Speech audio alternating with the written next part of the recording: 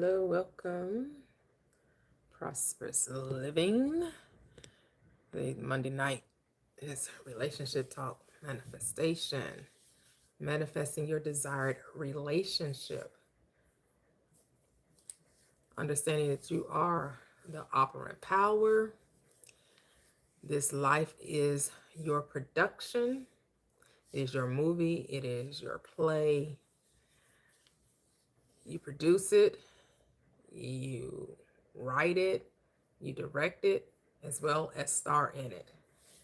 Everyone else is just playing their role according to your input, according to your assumptions about them. And so, do you believe that you get to say the type of relationships you get to have with everyone in your life,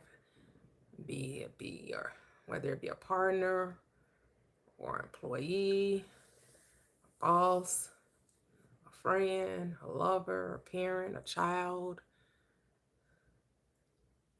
Doesn't matter. You get to dictate. You get to decide what that relationship looks like. Do you believe that though? That's the question. Do you believe that? Hey, Latoxic. Welcome, welcome. Oh, hey. Hello, everyone. Welcome, welcome, welcome. And welcome on YouTube. I'm streaming on YouTube as well as TikTok. If you're on YouTube, make sure to hit that subscribe button, like button, share because you care, and always comment below. As we talk manifesting relationships, partnerships, situationships, as some people like to call them. The complications, right? It's complicated. I'm in a relationship, but it's complicated. People got complications, they got situations, all kind of things. I'm not here to judge. You can have whatever you want. You can have whatever you like. I tell you, you can have whatever you like.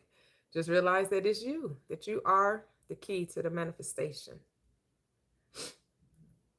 Once you decide what it is, that's what it is. That's what it is. It will be what it will be according to you.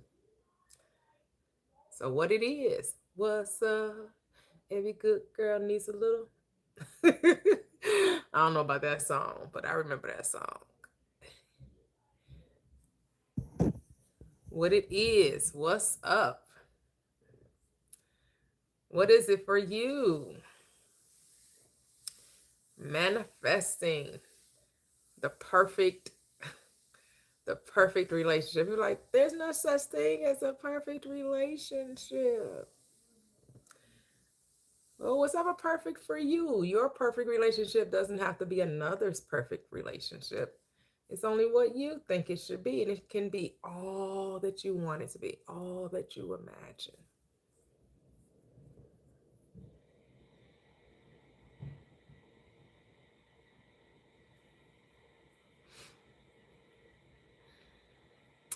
I screwed it even more. It's not even centered. It's not even centered. I don't know. Maybe it's let's see.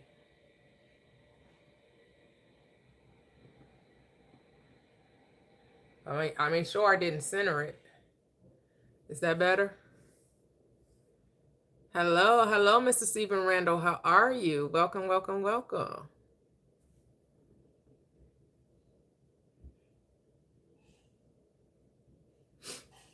Is that better?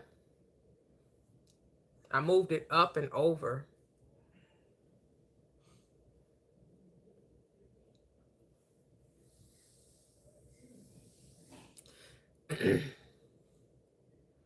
It's interesting. Maybe if I change can I reconfigure these boxes? Would that make it better? Let me see. I always forget so I'm streaming on TikTok as well as YouTube. Let's see if I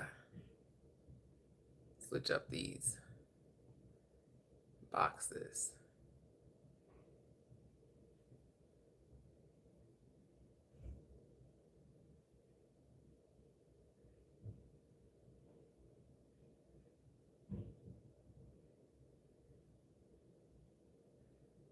I don't know how what they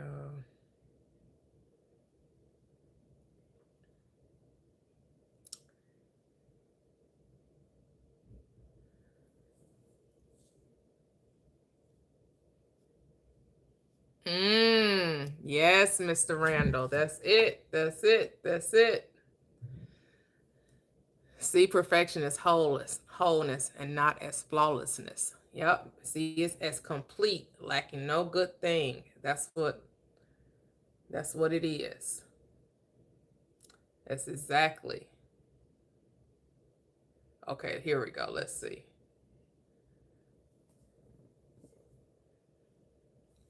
Well, let's see right here.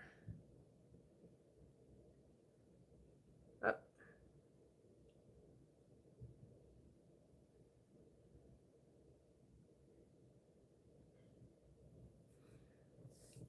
I don't know if you guys probably can't see that.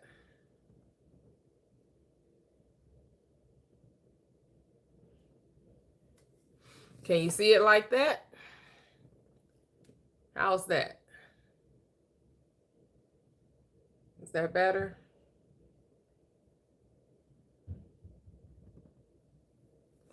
Cool, cool. All right, all right, all right, cool. Yes. Welcome, welcome. Tapping is clapping over here on TikTok. What Hello. up, Hey, what's Misty? up? How are you? I'm doing all right. I'm doing all right. Thanks for moving it over because I can see everything now. Oh, okay, It okay, looks good. okay. Yeah, I took all the boxes out. I just have two boxes displaying. I don't know if I hopefully I can get more than two people up here, but we'll see. I We'll just find out. changed I just reconfigured it, so No, that's yeah, good. looks That's great. good. Oh, thank you, Laya. Welcome, welcome, welcome. How are you? Thank you, thank you, thank you. Welcome, welcome, welcome. So you know, if you're new here on YouTube, make sure you hit that subscribe button, like button. That helps the algorithm. Share because you care, and always comment below. Share the live on TikTok. Double tap the screen. Comment. Get your daily heart maze. Helps the algorithm as well. Oh, thank you, Smallwood. Thank you, thank you, thank you. Understanding you are the operant power. It's all you. How was your day today, Tox? You know, it wasn't busy but good. It was Okay, busy but good. Yeah, okay, okay, I thrive in those kinds of environments. So, okay, you know, okay. Yeah, I was on early today trying to get. I I was with saw. the giggles today. I wasn't getting much traction with the Christians though. I'm like when I have a live specifically catered for you guys, then y'all don't want to come up. Y'all don't want to show up. I'm like, tell me why you Yeah, they afraid. like to feel like they're gonna bait you into an argument. Not that they're facing you front forward. Like they don't want to feel like they're head into it. You know, they want to approach from an angle. You know. Well, yeah, I don't know. You have the ones that say debate come up. So Yeah. I know that Well, let me they're. know. I know they're here for the debates. I already know that. That's true. That's true. But I think they like to kind of feel like they're getting on someone who's unsuspecting. Because you didn't post that you were debating in those previous ones. I didn't post it in that one either. I just said, "Why do Christians pray?" And I Oh, thought they okay. was gonna Well, come and cool. defend their stance. Why they Well, pray? too. Because I have been watching all of those. Not all of them. I had watched a couple of videos from like the one Jasmine was on. And so it's a few of them. It was about atheists versus Christians. Like she wasn't the only New Ager that they talked to. They talked to or Oh, sometimes really? it's Christians versus New Agers or Christian versus atheists. They had. I mean, that channel. That's what it's all about. Talking about the different perspectives or whatever. I don't know if they do Islam. She probably does do Islam. Probably does do other Excellent. religions. Yeah, I've been listening to one of my friends is Muslim and very a serious Muslim, and so I've been listening to his lives, and it's very fascinating. It's almost so far off from what I really can relate to that I mean, especially culturally, that it's fascinating to listen to. But yeah, it's a whole lot going on over there. Whole lot. It was this old video that Soul Leveling had on his platform that I saw where it was a Muslim and a Christian kind of like debating. It looked like it was maybe from the 80s or something. It looked really old, like the dress of the moderator that was asking the Mm-hmm. question about, and the Muslim had some very good points when it came to like God sending his son to die for folks. I was Yeah. like, yeah, When it that's a comes to good debate, question. Muslims definitely have Christians beat for a lot of reasons. Um, yeah. Yeah. The guy that I follow, he wrote a book called Christ Before Jesus. He's the one who did a lot of that research on, Jesus being mythology. Okay. Okay. He's writing another book on, I think, like Mormonism and Islam. Mm. Okay. So Okay. I'm curious to hear that, even though I kind of feel like I might know what direction it's going to go in. Islam is so much more complicated than Christianity, really, in so many different ways. But maybe it's because I'm just not Familiar with it. Yeah. Yeah. Yeah. Yeah, I'm sure they have a lot of laws and stuff. I'm sure they have a lot of ways of fear mongering too. All those religions fear monger, so they all trying to keep you out of hell. So. Oh yeah, oh yeah, oh yeah, big time. But you know what it is? I think too. Here's the thing. I've been listening, right? And again, I'm still very, I'm still learning. But the thing about their heaven is their heaven has real tangible. Their heaven has real things. Like if if a man, brings someone to the faith. I'm exaggerating because I don't know this word by word, but there are some things that a person can do where a man can just take his pick from virgins when he's in heaven. What's this fascination with virgins and I don't having know. for the Don't understand for the it. Muslim? I'm just like, what? Like, Can't understand it. but it's so all of it's so misogynistic. All Yes. of them. The basis of it is so patriarchal, so misogynistic. It never gives it from the point of view of the woman. It's always about what a man wants and how a man is going to, like what is the woman's position in these, but whatever. They get Well, I tired think of it it. comes down to the concept of. I mean, this is my thought.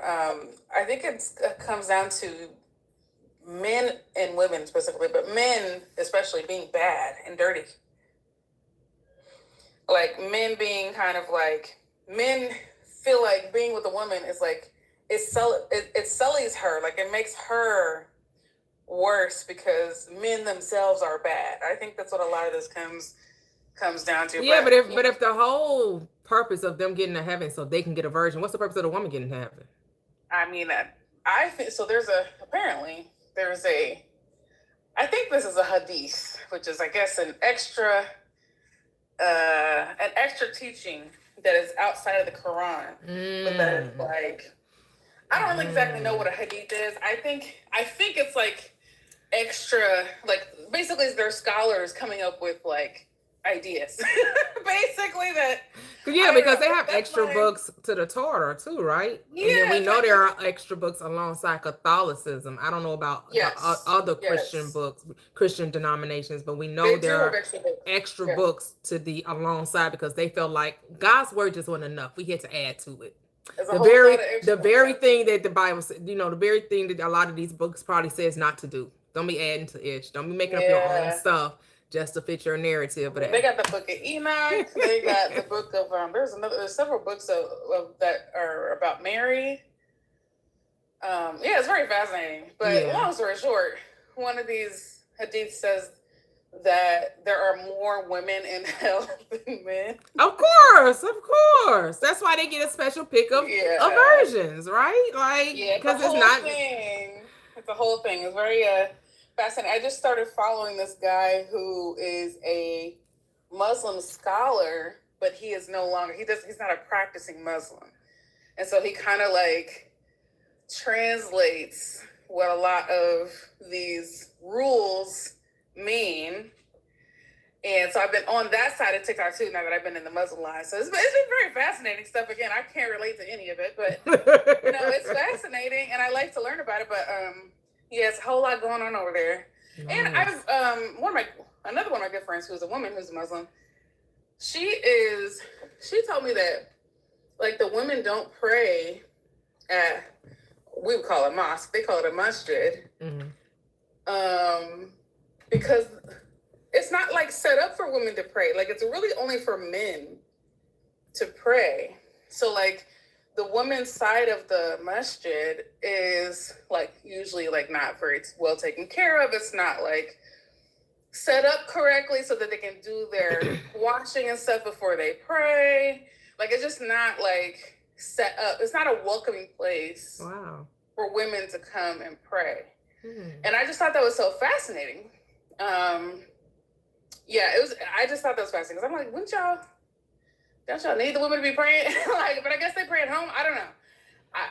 I'm generalizing, of course. Just second class citizens, and this, and you know, it's very fascinating. Yeah. Some would say like, oh, they appreciate, being able to be at home, and on the one hand, I understand some of the Muslim stuff is like interesting because I do expect men to be providers. Like that is like the woman is entitled for the man to provide fully for her, and her money is her money and his money is her money. Okay. Like that's part of their religion. So I think there's a lot of stuff like that that's kind of like, I think probably most women would find is helpful. I don't think it always shakes out like that, but that's something they do take allegedly very seriously. Yeah.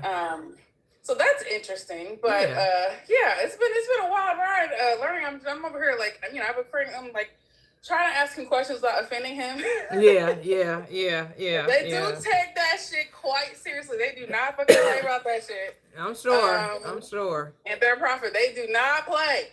So that has been fascinating to learn. But I just like learning about this shit. But I don't speak Arabic. So Okay. But it's been interesting to see what their view is, because I'm like, they do have a leg up on Christianity, but obviously like any kind of organized, like you said, any kind of organized religion is not going to be for me. I've spent my time. I did my bid, and I'm free. I'm a free woman now. But it's just so interesting to learn what other people are going through, and I think a lot of men are drawn to it because it really does give you rules about everything you're supposed to do in your life, from like showering, for how you should wear your hair, wear a beard, how you should dress. I mean, down to your shoes.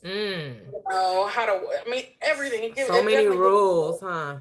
It gives rules. So I think people feel by following the rules that they are. I think a lot of it's assuaging like a lot of their guilt. So like it's got to be that guilt, or just like lack of direction, lack of internal direction. Yeah.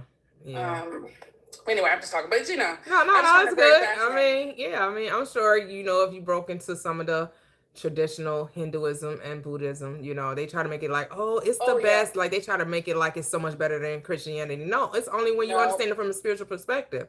They have the same mindset, same rules, the same control mechanism when it's an organized religion. That's absolutely a fact. Sikhs are like that. Sikhs are basically like Hindu Muslims. Like I know Sikhs will probably hate me for saying that because they really don't fuck with Muslims like that.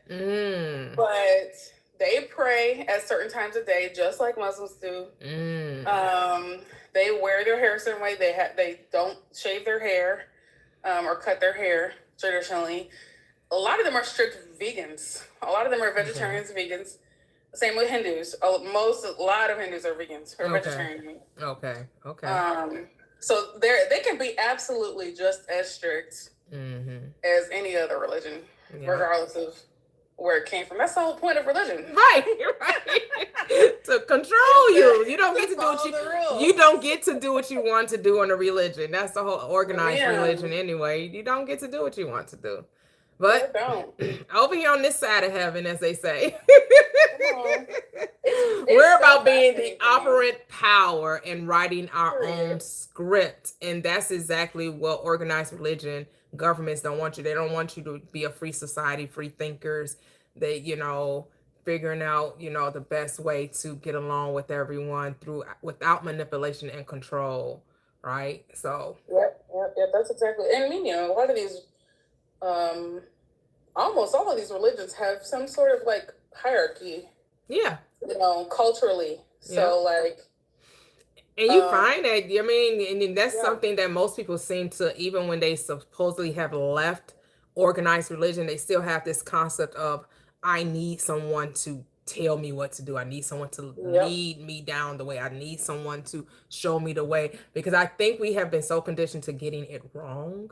What if I get it wrong? What if I get it? So do it again. Yeah, right. Simple as that. Simple as that. Stop trying to get everything in one fell swoop. Stop always trying to hit a grand slam. Stop always going for the, trying to hit the long ball, trying to get the 3-pointer, trying to get the 80-yard touchdown. It's okay to methodically do something. Stop looking for microwavable results. Absolutely. I mean, it's basically like a leaderboard. Yeah. At least in Islam, you get like certain points. Points is not the right word, but you get rewards. Certain rewards. If you do certain stuff, it's like a leaderboard. I hate to say that. Oh wow, not a leaderboard. that's my very novice way of understanding it, but that's from what I'm hearing. That's what it sounds like to me. It's like, you do X, Y, and Z, you get X. Like if you get, and a lot of religions are like that. Because they don't, a lot of them, well, that's the whole karma thing, right? It's like you do certain things, you like build up so much karma for yourself. Okay. So, so I have some questions on YouTube. So that was a great little conversation to get folks to wait for folks to come on through. Yes.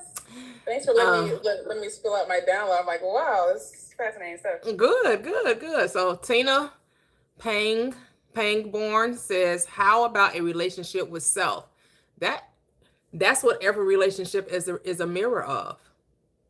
Every relationship I have on the screen, and those I may have overlooked or neglected to mention, are all relationships with self. Every relationship with the other person is really a relationship with you, because the relationship you're having with others is based on your assumptions or your thinking about the other. And so, yes, you most certainly want to have the right self-concept. You want to love you and be true to you. And when you fall in love with you, as I say, they will too. When you fall in love with you, fall in love with you, fall in love with you, and they will too. So when you love you and you don't make concessions and you don't try to change yourself to fit in or to be validated, right? But here's the thing. Exactly, that's what happens. You see yourself with them, but do you like what you see? Do you like what you see in others? Or are you judging? Yeah. Do you like what you see in others?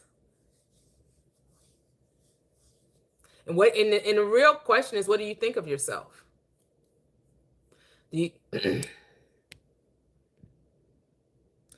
So Mr. Randall says, most folks would agree that pre-arranged marriage is an absolute joke. Why would anyone do that with what we call God?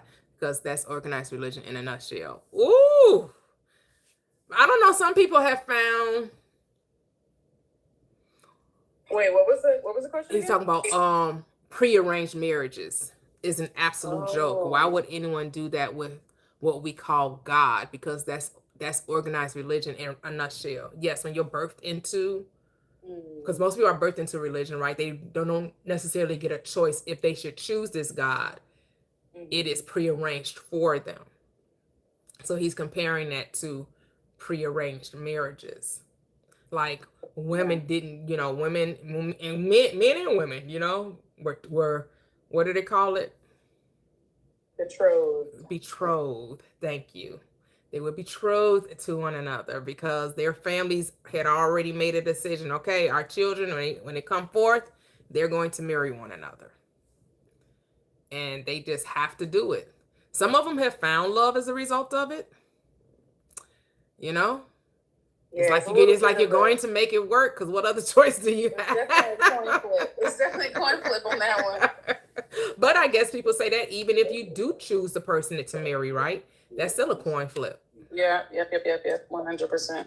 I think some people feel, I've been, from what I've been hearing, arranged marriage becoming like less of a thing because it's got so many, implications. And if you try to divorce somebody, then it's a whole problem for like the whole community. Like it's a whole issue. Like if they doing some shit they shouldn't be doing, you try to get up out of that situation, it's a real problem. And so they're trying to choose their own partners. I don't know how that's going to work out for some people, but I feel like if you have the right personality, you can make it work. If you're just like more of like an adaptive kind of, person, but most people don't know what they're looking for by the time they do get arranged married. That's the thing. Like they're usually too young to really know whether or not a person's going to be a good fit or not for them. Yeah, I think it boils down to your concept of relationships. You know, because people don't, their basis for the relationship is based on how they see other people in the relationship, right? And so the more you know, the more you experience, life determines that what that ends up looking like. And so Tina says, I'm love, kind, seeker. Okay, so do you see that reflected back to you in the people in your life? And hello, Robert. Robert says, people looking for monetary security and emotional security or sense of it. Yes, and I think that's the trouble is when you start looking in others for something you don't have within yourself, because you can only really give what you have and see that reflected back to you. But if you're looking for someone else to make you happy, complete you, you know, see you a certain way when you don't already identify with that, that's where you're gonna get some problems in your relationships. Because you have to be that what you desire to be. You have to be it. That's so important. How you see life is how life will be reflected back to you. How you see yourself is how it will be reflected back to you. So that's beautiful, Tina. Good, good, good. So are you looking to change any of those relationships I have on the screen? Are you good? Do you feel like you can, and when I say change the relationships, it's basically changing yourself, changing your assumptions about the relationships. Because remember, we don't seek to change others, we can only change self. And a lot of times people think that others have free will in their reality when they don't. They have absolutely no free will. People show up as a result of how you show up, your thought process, your assumptions. Period. So it's just about what do you want in a relationship, what in any of those areas, you know? What are you finding difficult in some of those relationships? Right? You think your bosses are hard nosed, they don't really listen, they don't really appreciate you, then that's why. Because you're saying it. Yep. 100%. 100%. I have to mentally reframe how I am seeing my supervisor, because the stuff I've seen has been interesting. It's been interesting to say the least. And I had to mentally reframe. I was meeting with her again. She'd been off for a while. Okay. And I met with her today. But before, I was so nervous. I was like, oh my God, what if she thinks I've been like lollygagging, doing nothing this whole time? And, I mentally, that's where I was going. And I just decided, I'm like, you know what? She's going to love everything I did. Even if it's not packaged right, even if I didn't do it, even if I didn't, even if I didn't like deliver it to her in a certain way or whatever, I'm holding myself to a much higher standard basically at this point than she is. And I mentally was like, no, this meeting's gonna go well. I had the meeting with her, and I'm telling you, it just went so perfectly. She was delighted by everything I did.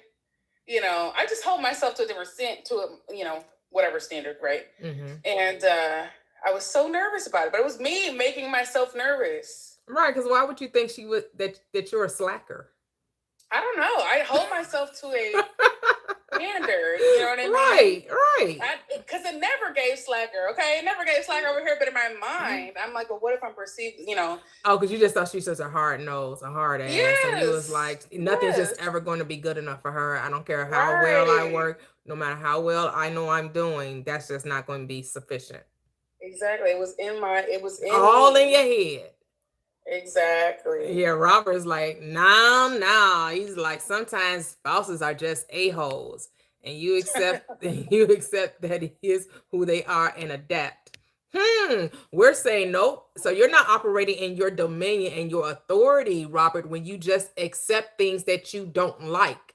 That's not what we teach over here. We don't teach accepting things. We teach rephrasing, repenting, remolding. We teach change your mind. When you change your mind, the things in your world changes.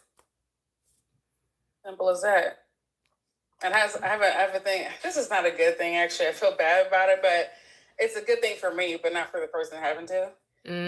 Okay, so he says his work environment, he works in a prison. So maybe his bosses are just more hard asses. But that don't mean they have to be hard with you. I get that the nature of that job is probably very, you have to show this type of aggressiveness to make sure that the prisoners in there respect you, right? And for some people that's hard to turn off and turn on depending on who they're working with. I don't think, you can still change it to say that the relationship that they have with you has nothing to do with their job performance with the prisoners, right? Their relationship with you can be totally different from how they treat prisoners. Like that doesn't have to go that way. But you get to decide. It's your story.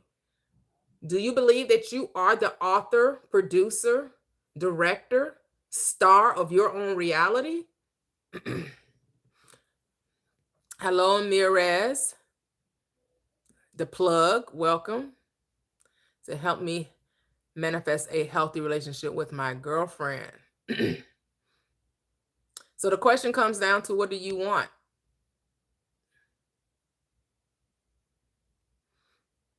You said this structure here, where did I get this form? Well, the form was created by AI.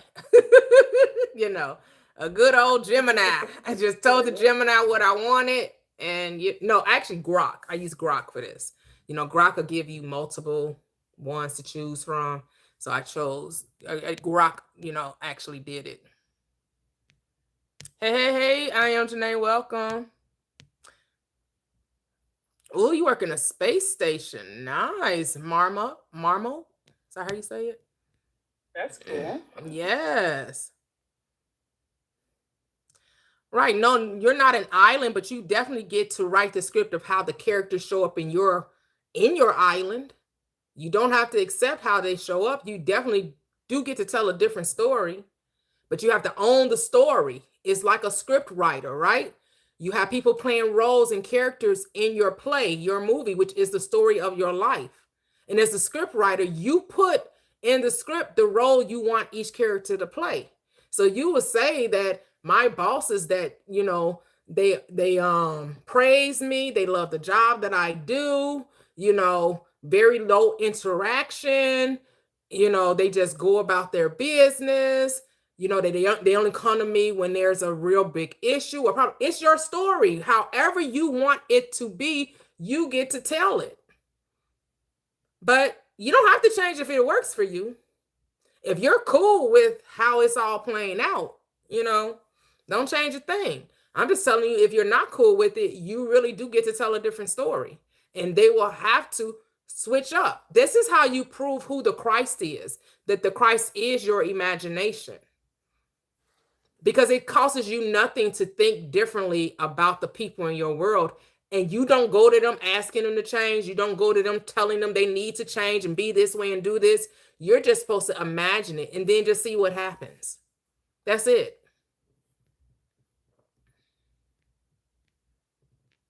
It doesn't matter what manner it's in. It's whatever manner. You get to tell the story. Okay, you let your guard down with your children. Okay. Okay. Oh, okay. I got that right. Robert said I'm retiring next year, so I'm good. I heard that. Beautiful, beautiful, beautiful. I ain't mad at it. Hello, Miss Kitty. How are you? So if you're looking to join the conversation, I do have a panel available on TikTok where you can call in to join the discussion. Hello, Miss Kitty. How are you? Hi. Welcome back.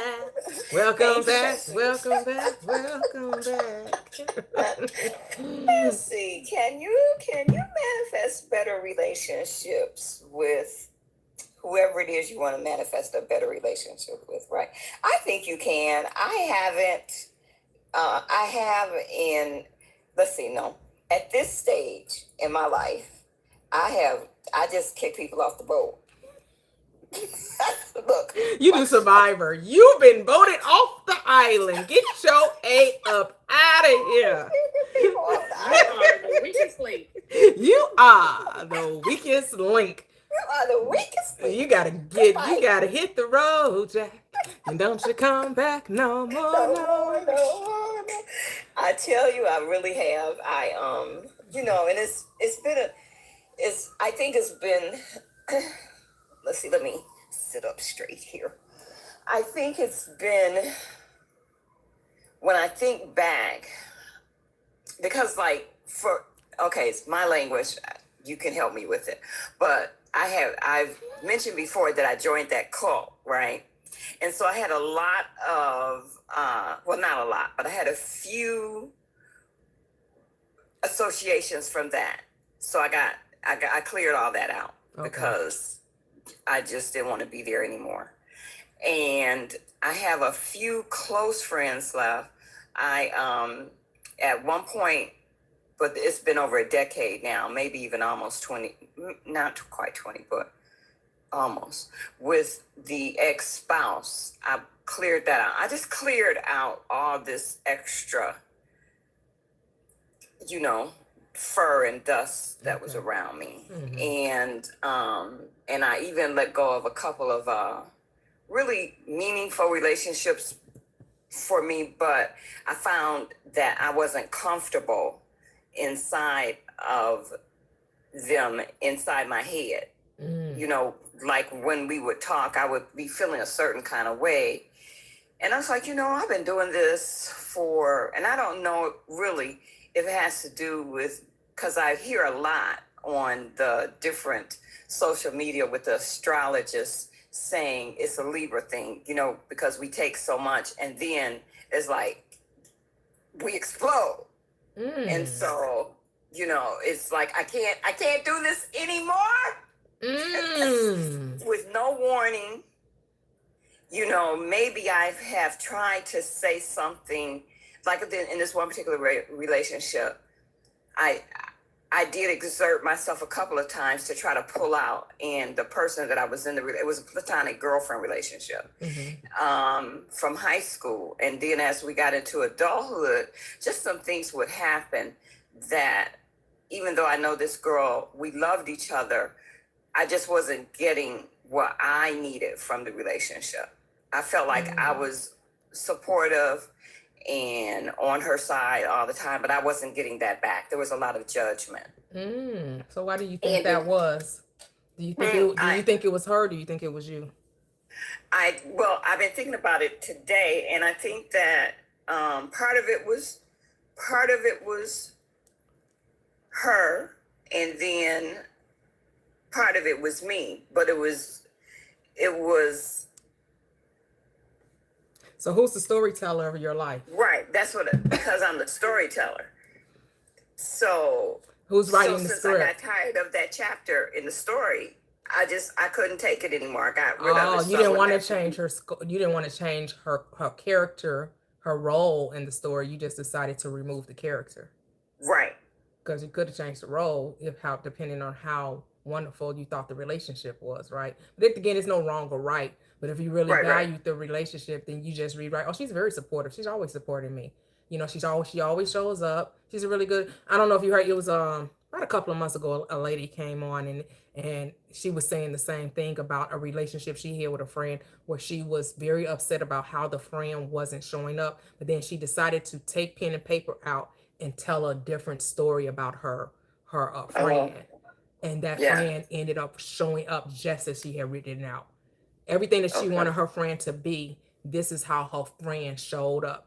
Even Key talks about that too, how she had a friend group that had kind of separated. They went their separate ways, but she wanted to restore that relationship. One of the friends ended up being on this path, and she was like, when she found her on Facebook, she was like, it was like a glow up. She almost didn't even look the same. And these friends reached out to her. She didn't have to do anything physically, but think that that's what she wanted. Right. And so just let you know that there is no final decision. That box can be reopened, and you get to tell the version of the story you want, especially if you feel like that was a 20-year relationship. We're here, you know, and this long relationship that I did see was beautiful. Okay, it had its little ups and downs or whatever, but I value the relationship. You can retell the story. I mean, only if that's something you would be wanting to do. Right. And no one's forcing you to do it, but but sometimes when you look back, you like, was it as bad as I'm saying? Like when you're talking about your parents, it doesn't change, right? Like you're talking about your parents, and you decided, I can really look at that differently and see that my parents are actually great parents. Yeah, they really were doing the very best that they could do with the information they had. You could do the same thing with your relationship. Do the very same thing. Right. But only if you care to, Yeah, because it again, there were things that were being said to me. And then when on the day that I decided that this is it, I can't, I communicated all my concerns and, my decision, not my concerns. I communicated my decision, and she said to me, maybe I have been a little insensitive, and I wasn't receiving it as being insensitive. I was receiving it as being disrespect. And so I don't know if I want to, rewrite that story. I haven't decided. Do I miss her? Yeah, but not really. Because why not? Because you're remembering her as she was, as opposed to the way you want her to be. That's why. Because you're remembering the old story. Yes, if you're going to reestablish this relationship, you cannot bring the old into the new. You're going to have to completely forgive and forget. And what is forgive? Forgetfulness. And again, what is forgive? Give yourself that what you would like to receive. So I'm reopening this friendship. That's because she's loving. That's because she's kind. That's because she's respectful. Why? Because that's who I am. And she has to give back to me what I know I am, of what I am. Relationships are mirrors. They're mirrors about assumptions you have about them. Not to say that they're about specifically your characteristics. They're specifically about your thoughts about it, about the person. You are the one thinking these things about her. So how can she show up differently? Remember, you're the operant power. She can't show up outside of the role you've written for her. Okay. So as long as you say that, oh no, she's disrespectful, I don't like the way she talked to me, I can't believe she said these things to me, she's not going to show up differently.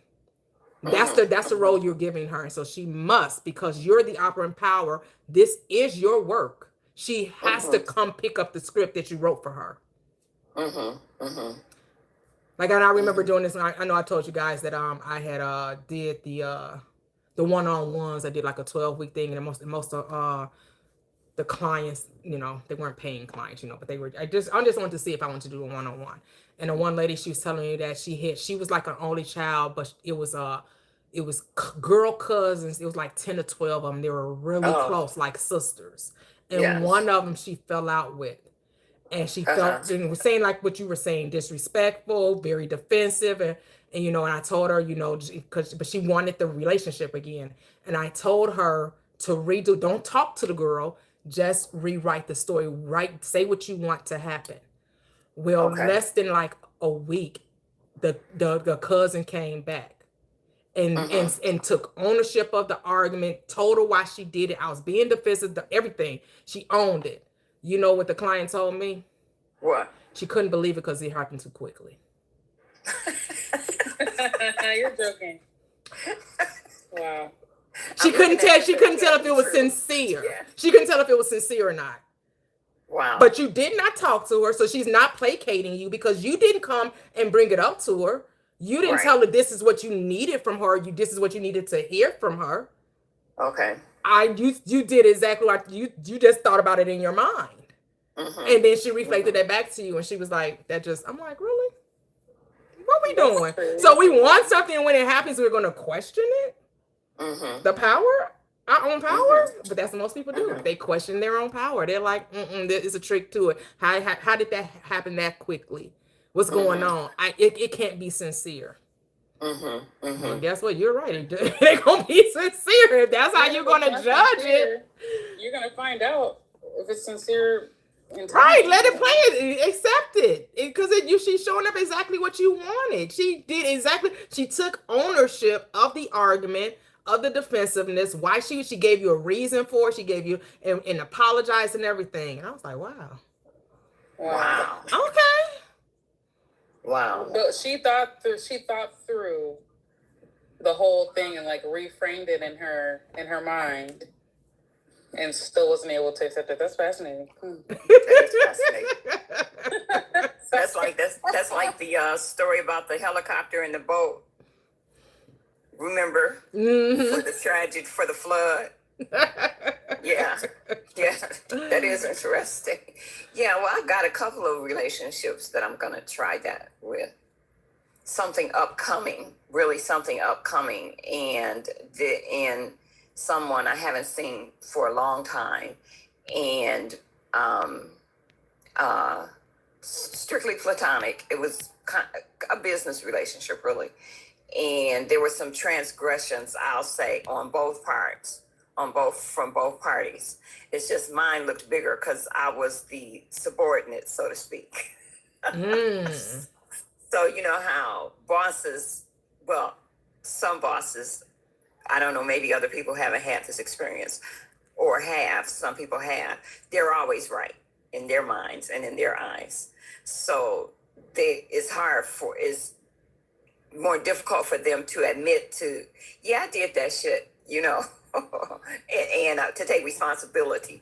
So, and I don't want I've been thinking about if it were to happen, if we were to get together, I'm hoping that they will have forgiven, like I think I have forgiven, so it won't come up again.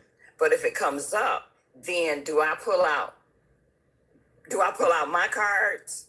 You know, if they come up and say, you know what, why did you such and such and blah, blah, blah, yada, yada, yada, yada. And then I'm like, well, what about when you such and such and blah, blah, blah, yada, yada, yada, yada. So you're preparing for the thing you don't want to happen. Interesting. Okay, well, your story. Be prepared for the response. I don't know. I'm not going to prepare for it not to happen. Like what? This is a double-minded man. This is an example of a double-minded man. Like we've been double-minded here. We're saying we want this, but just in case, what if?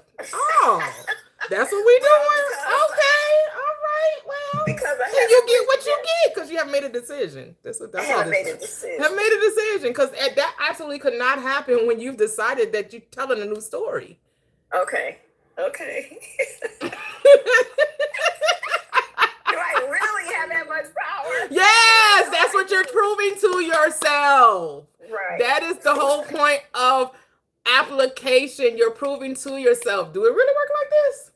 Let me try this out. I need to see this in action. And then don't be like the girl. I don't believe that.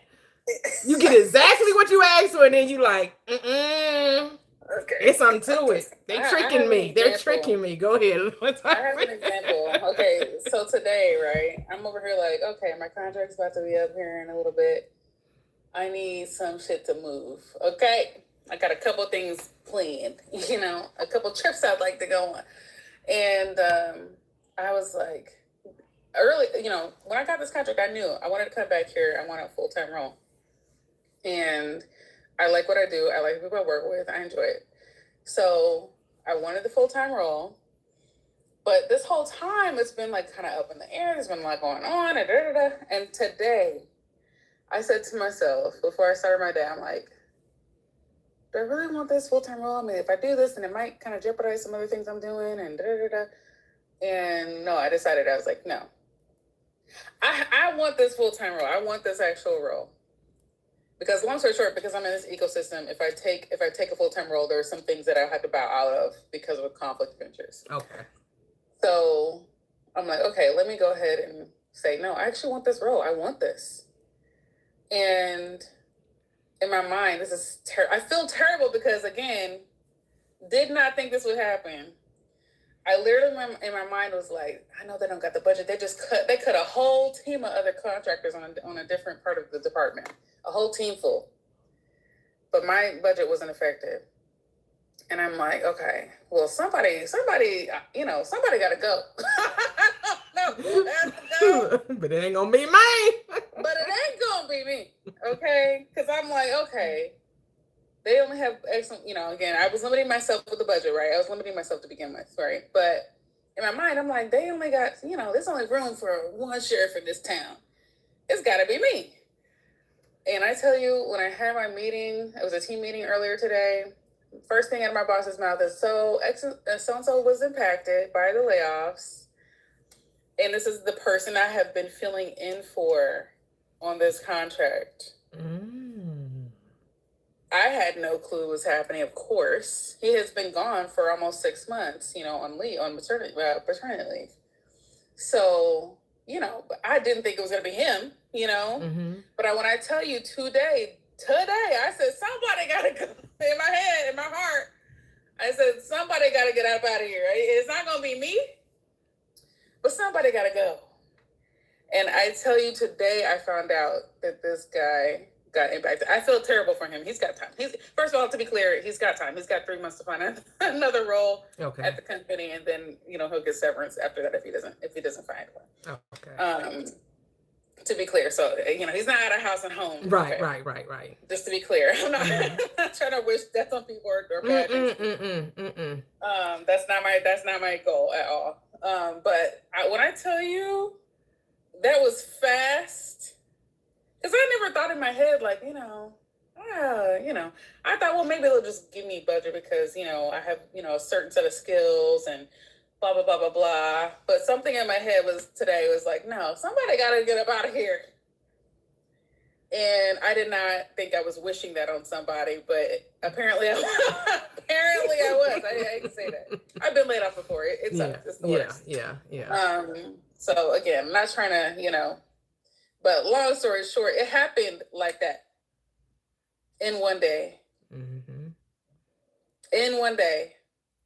Because I never met this man. I don't know, I don't know him from Adam, okay? Right. So obviously I was not trying to wish anything bad on him. I didn't know him. So, and I didn't know who it was, but I said, somebody has to go. And, that leaves room for me to have my spot, Yeah. I hate it did not have to happen this way. Mm-mm. But in my mind, that's what I made it, what I made myself believe. And therefore that's what happened. Mm-hmm. But that's how it happens. Like Neville tells us all the time, when you want something, things get shifted around. Like when he wanted to go, he didn't make a return voyage, and he was in Barbados, and he didn't do everything in New York. He waited till he got to Barbados, and then now it was like this, I think it was a war or something on it. He had to get back, and he only had limited ships. And he was told no, there was no occupancy. And then he went back, imagining himself on the boat, did his little, sats, whatever technique he did. And then he got a phone call saying, oh, guess what? Now they said it was many people on the list. Yep. And he don't know why he said he eventually did ask, why, like, how did he get chosen? And they were like, and they gave him an explanation, but that was just their explanation. But he like, I knew why I was chosen, because I decided I was gonna be on that bitch. So no, of course he said like that. But but he had decided, he had did everything. He made it real to him. He knew that he would be on there. And that's what, and they came back and told him, well, we only got these 2 spots. Your daughter is small, so you and your daughter and your wife can share a bunk, and you'll have the bunk. They were like, this is why we chose you. But they said it was hundreds of people on that list.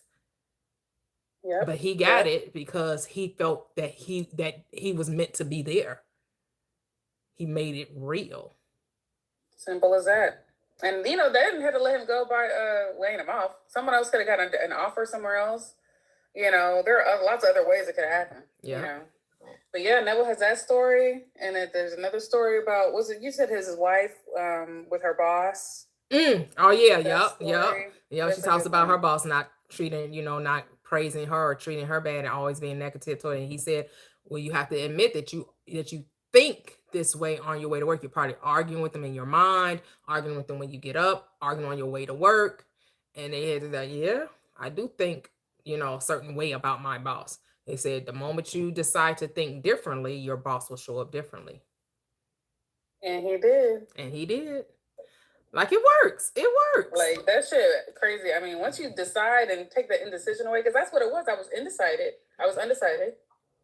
I'm like, if I do this, that means I won't be able to do this other thing over here, this other thing over there, because I'll be an employee again. And do I really want that? Do I actually want that, or would I rather do my own thing? And I decided I wanted that. And I'm telling you, moved immediately. That's beautiful. Moved immediately. That's it. That's it. That deserves a cheers. Where my cheers at?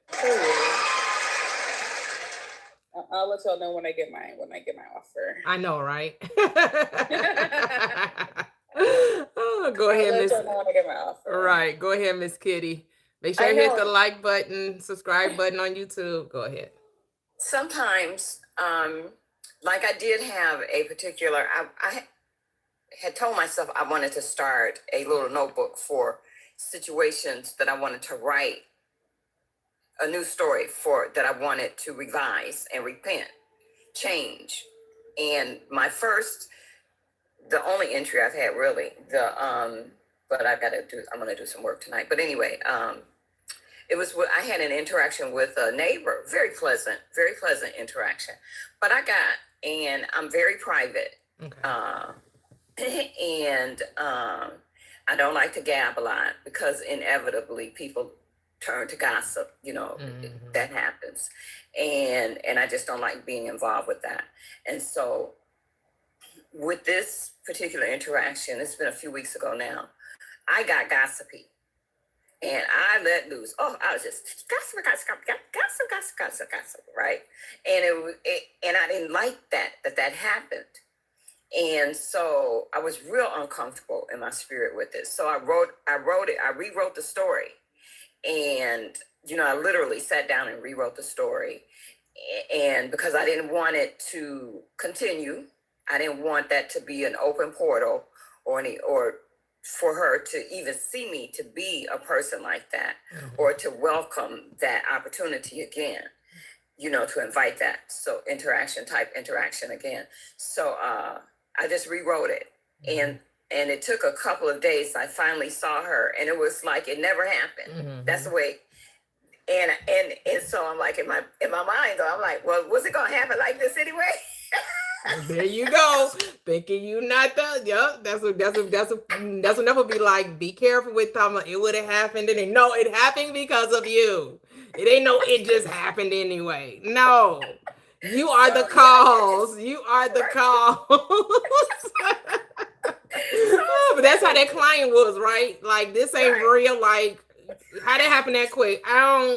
This cannot be a sincere thing. You gotta be careful with that. Right. And I wrapped my mind around that. I made it happen. Yeah, you made it happen. Yeah. You did it. Pat yourself on the back. Yeah, like right. And I'm grateful that it happened. Yeah. That's beautiful. It's a matter of also settling into, because we say it all the time. We're more powerful than we.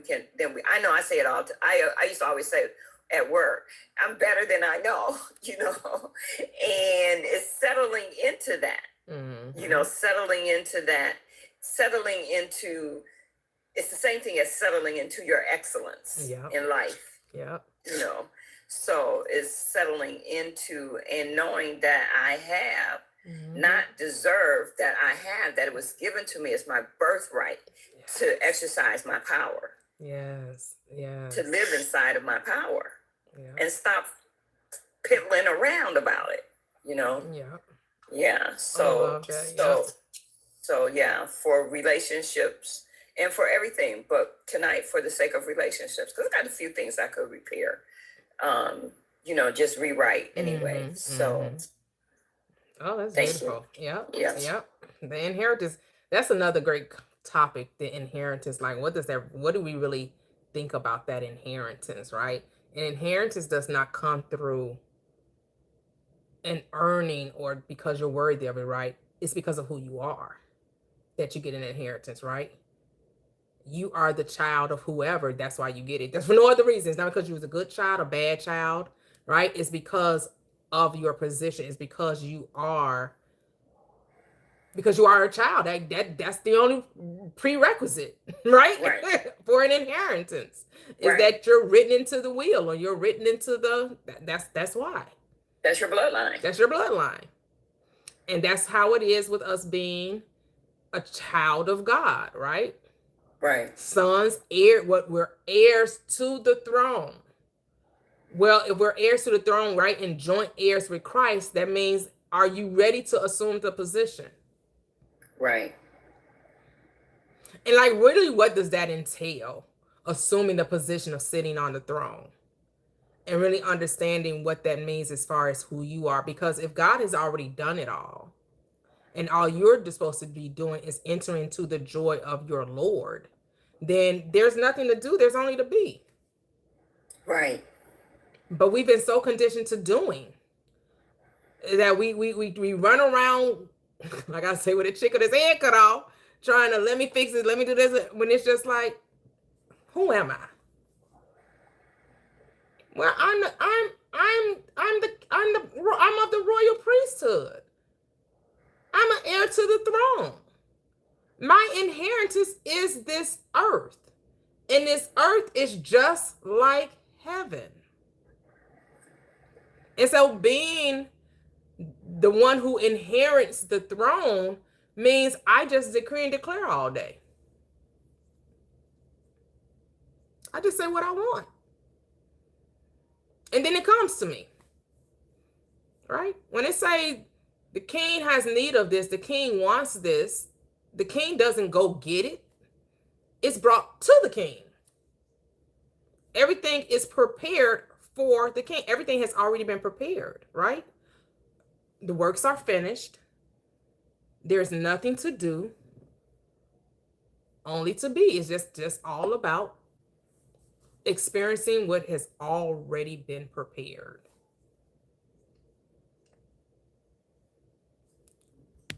And everything has already been prepared. Everything. Yeah. Just experiencing the natural state as well as the experiences that you've declared and decreed, the desires that you've declared and decreed. Yeah, just get in the habit of doing nothing. Doing nothing to make it so, because your doing is a result of your being. Right. Everything you do, every action you take, every move you make is a result of your beliefs. Is a result of your concept of yourself, of who you say I am. That's why go ahead. I'm sorry. I was going to say, I can see how, just when you said that, I reflected back on my youth and how that was a conflict because I didn't know. I've always known, but I couldn't put my finger on it, that things were just backwards. And I used to rest a lot. Mm-hmm. You know, I do what I had to do during the week, but on the weekends, I wasn't the one clubbing and stuff. And, you know, my friends would, and I mean, it was even when I had a little clique circle, it was even the word that, no, she's sleeping, she rests. She's not for that. And, but what I was going to say, what I wanted to, mentioned was that it got in the way of me actualizing it in the world because I felt like it was a conflict. And everybody around, you know, I was around all of these high achievers, and they're always, you know, I'm pumping my arms, pumping their arms and jogging and running and ripping and you know, and it just was never comfortable for me to do that, to compete and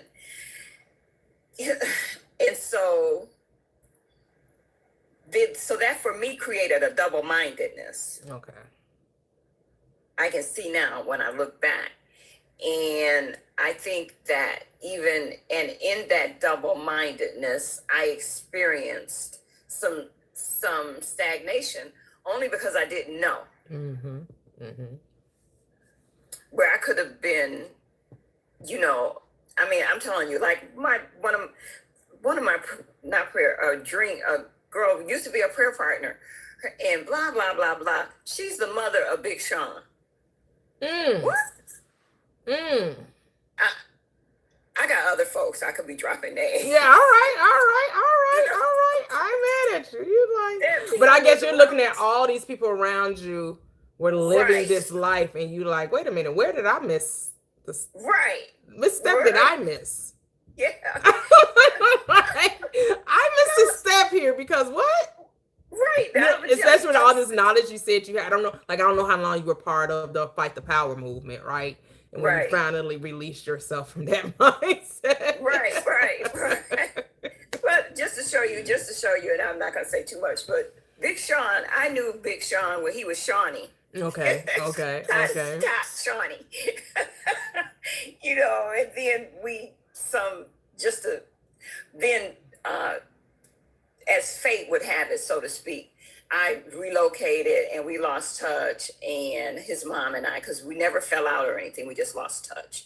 And I'm at home one evening and I'm looking at one of those free Metro magazines, those and it was talking about, or it might have been a regular magazine, it was talking about this young rapper, and it was like, his name is Sean Anderson. And I was looking at it like, say what now?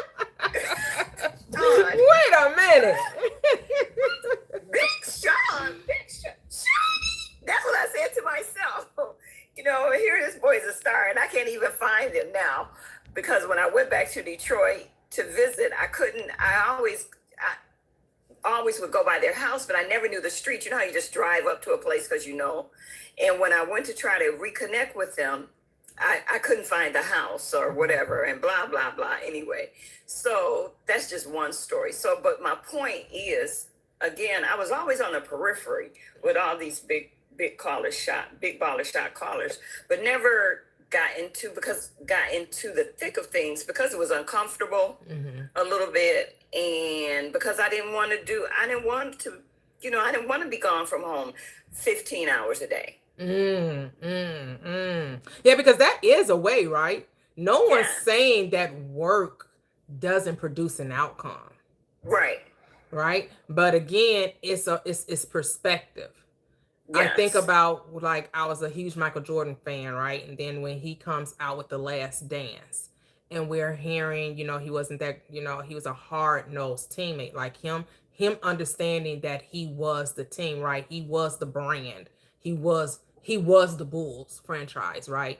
Yes, everyone else is there complimenting him, and not that he doesn't give much respect to Scottie Pippen at the time, right? He understands that I have a mindset about doing things a certain way.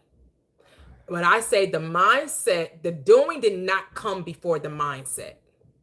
The mindset happened before the doing.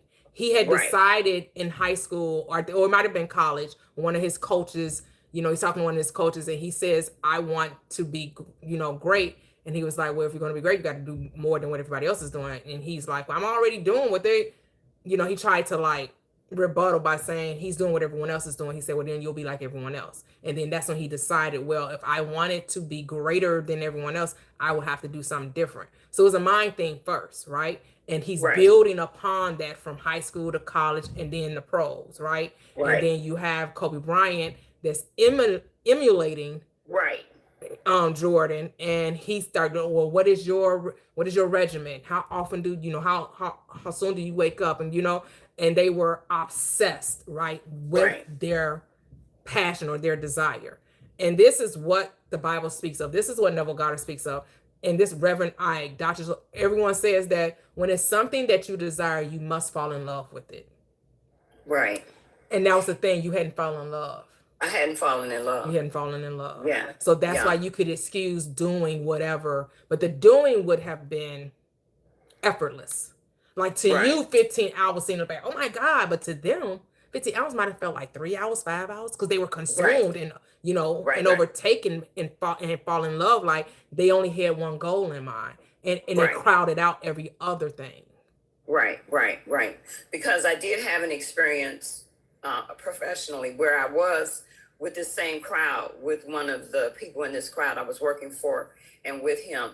and there was a time when it was really exciting, and I was making it on 3 and 4 hours of sleep. However, that wore off because I was more infatuated than I was in love. Mm-hmm. And my point is again, I didn't know. Mm-hmm. So now I know. Mm-hmm. But I just see how important it is to be clear, to know what it is you want. Yeah.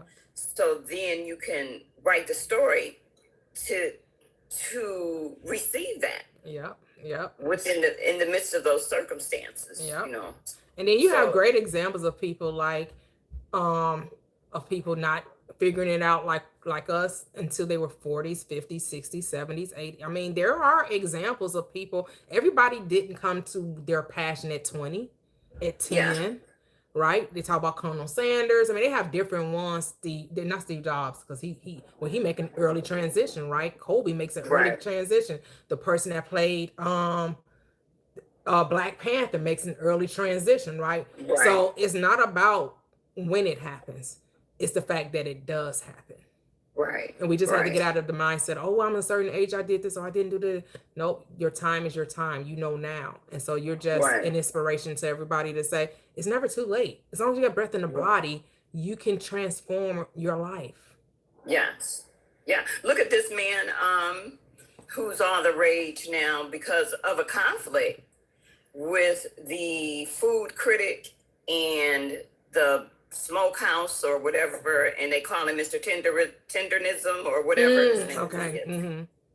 And so he's an old, not to be disrespectful, he's an older man. Mm-hmm. He's an older man, and his passion just now blossomed for him. Yeah, yeah. Through Keith Lee, through that connection. So it can happen. And because it's really like magic. It's just getting in alignment with it. Yeah. And I bet you he probably, I don't know, of course, I'm totally speculating, had some quiet secret dreams, but never imagined, who knows, but never imagined that it could blow up to this degree for him to experience, the joy and satisfaction that he's experiencing now with his newfound fame, so to speak, with his career as a smokehouse, a meat smoker. Yeah. Yeah. I've seen him on talk shows. All right. Yes. Yes. He's been on a couple of TV shows. Doing his media press, huh? He just making the rounds. Love it. Yeah. Love it. Yeah. So yeah, you're right. It's a matter of making a decision and knowing that whatever it is, it's a relationship with your friends, your neighbors, your family, and even with yourself. Yeah. Love it. Great conversation. Wynn, did you have something to say? Wynn S. Alfred, did you need to come up? Hello, how are you? Thank you for waiting. Hi, how are you? My conscience, mine, big sister. No, great dialogue, great conversation. Like I always tell you this, but I love watching you guys and listening to you all. And your topic really resonated with me today because I'm like, dang. And I was just thinking about this a couple of days ago because it's like I can manifest anything, right?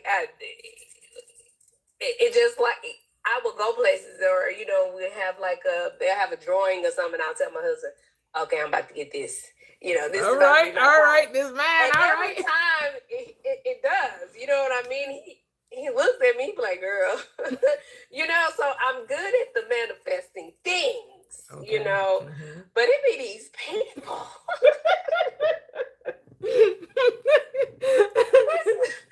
Listen, and I'm a life coach, I'm a counselor, and strangers will talk to me, and they will tell me all their business, but when it comes to friendships, I'm like, am I manifesting these ignorant people towards me? What am I doing? Like, what is it? Because I'm a giver, and I love to see people win, but I'm also direct. I don't hold back, but I'm gentle. I'm loving.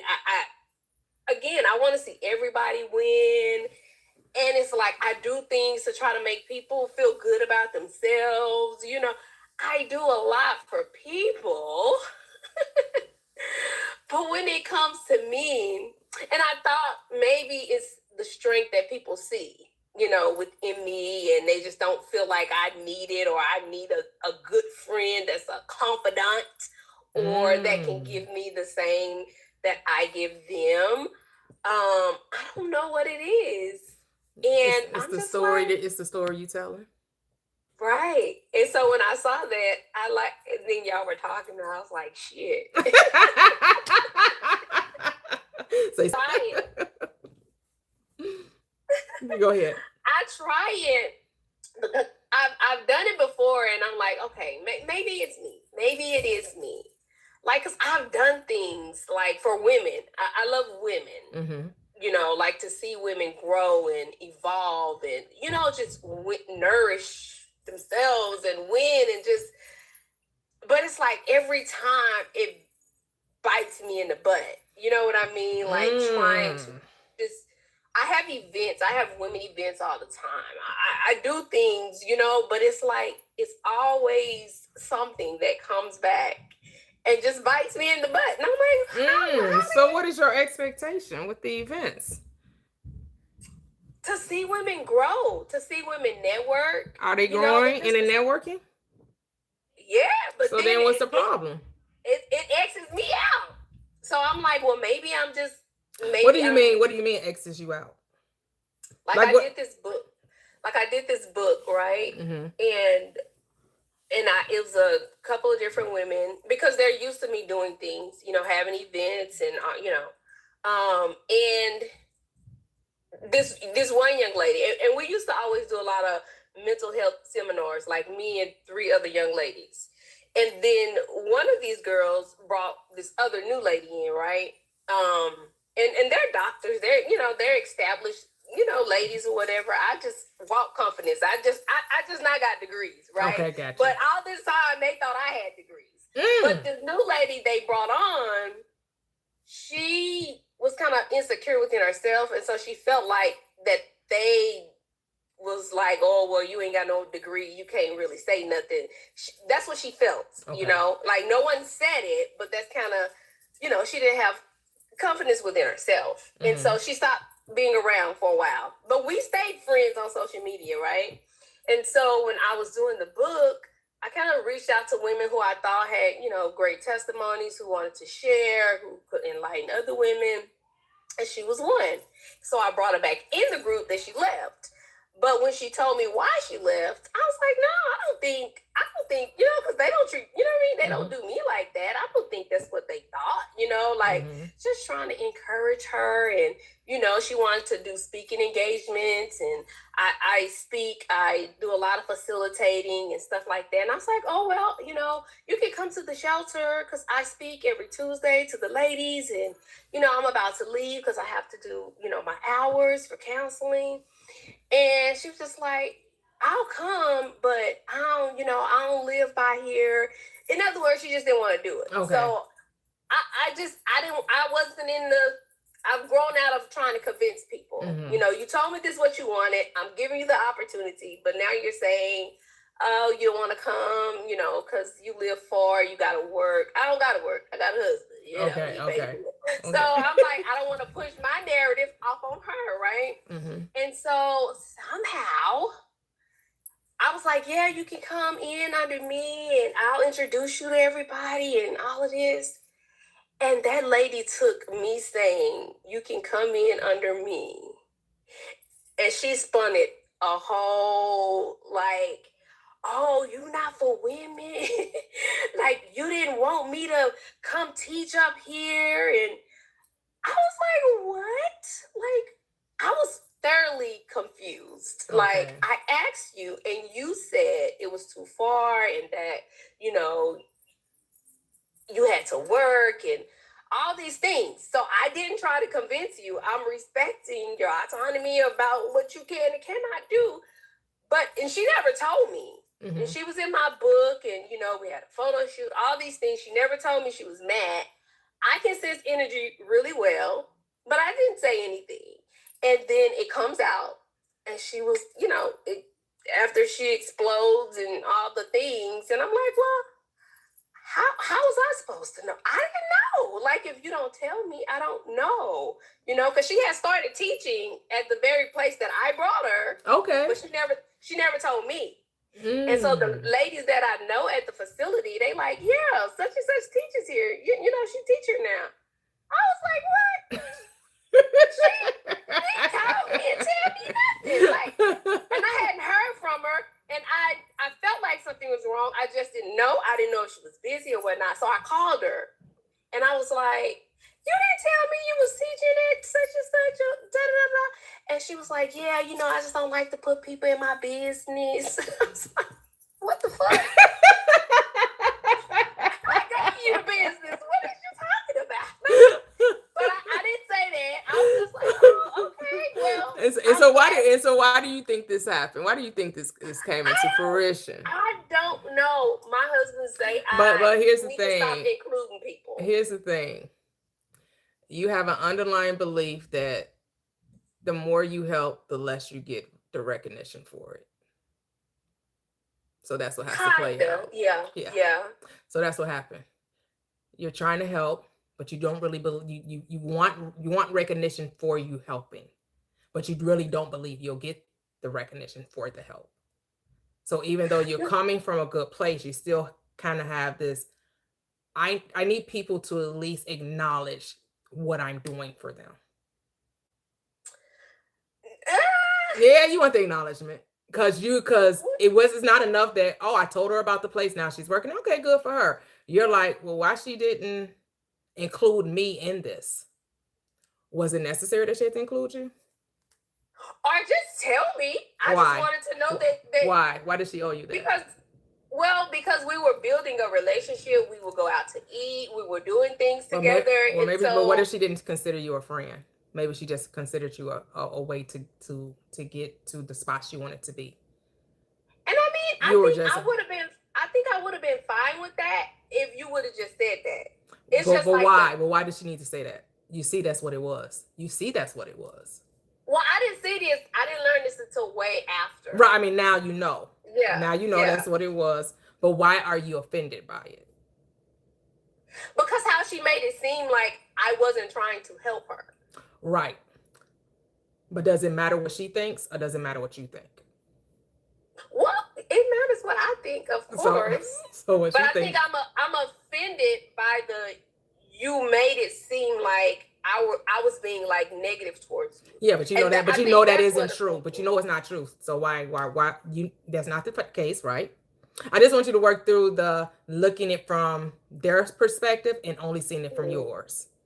So you know it's not true of what she says. You know you did everything you could to get her there. She's there. She's just not acknowledging your help. Why do you need her to acknowledge your help?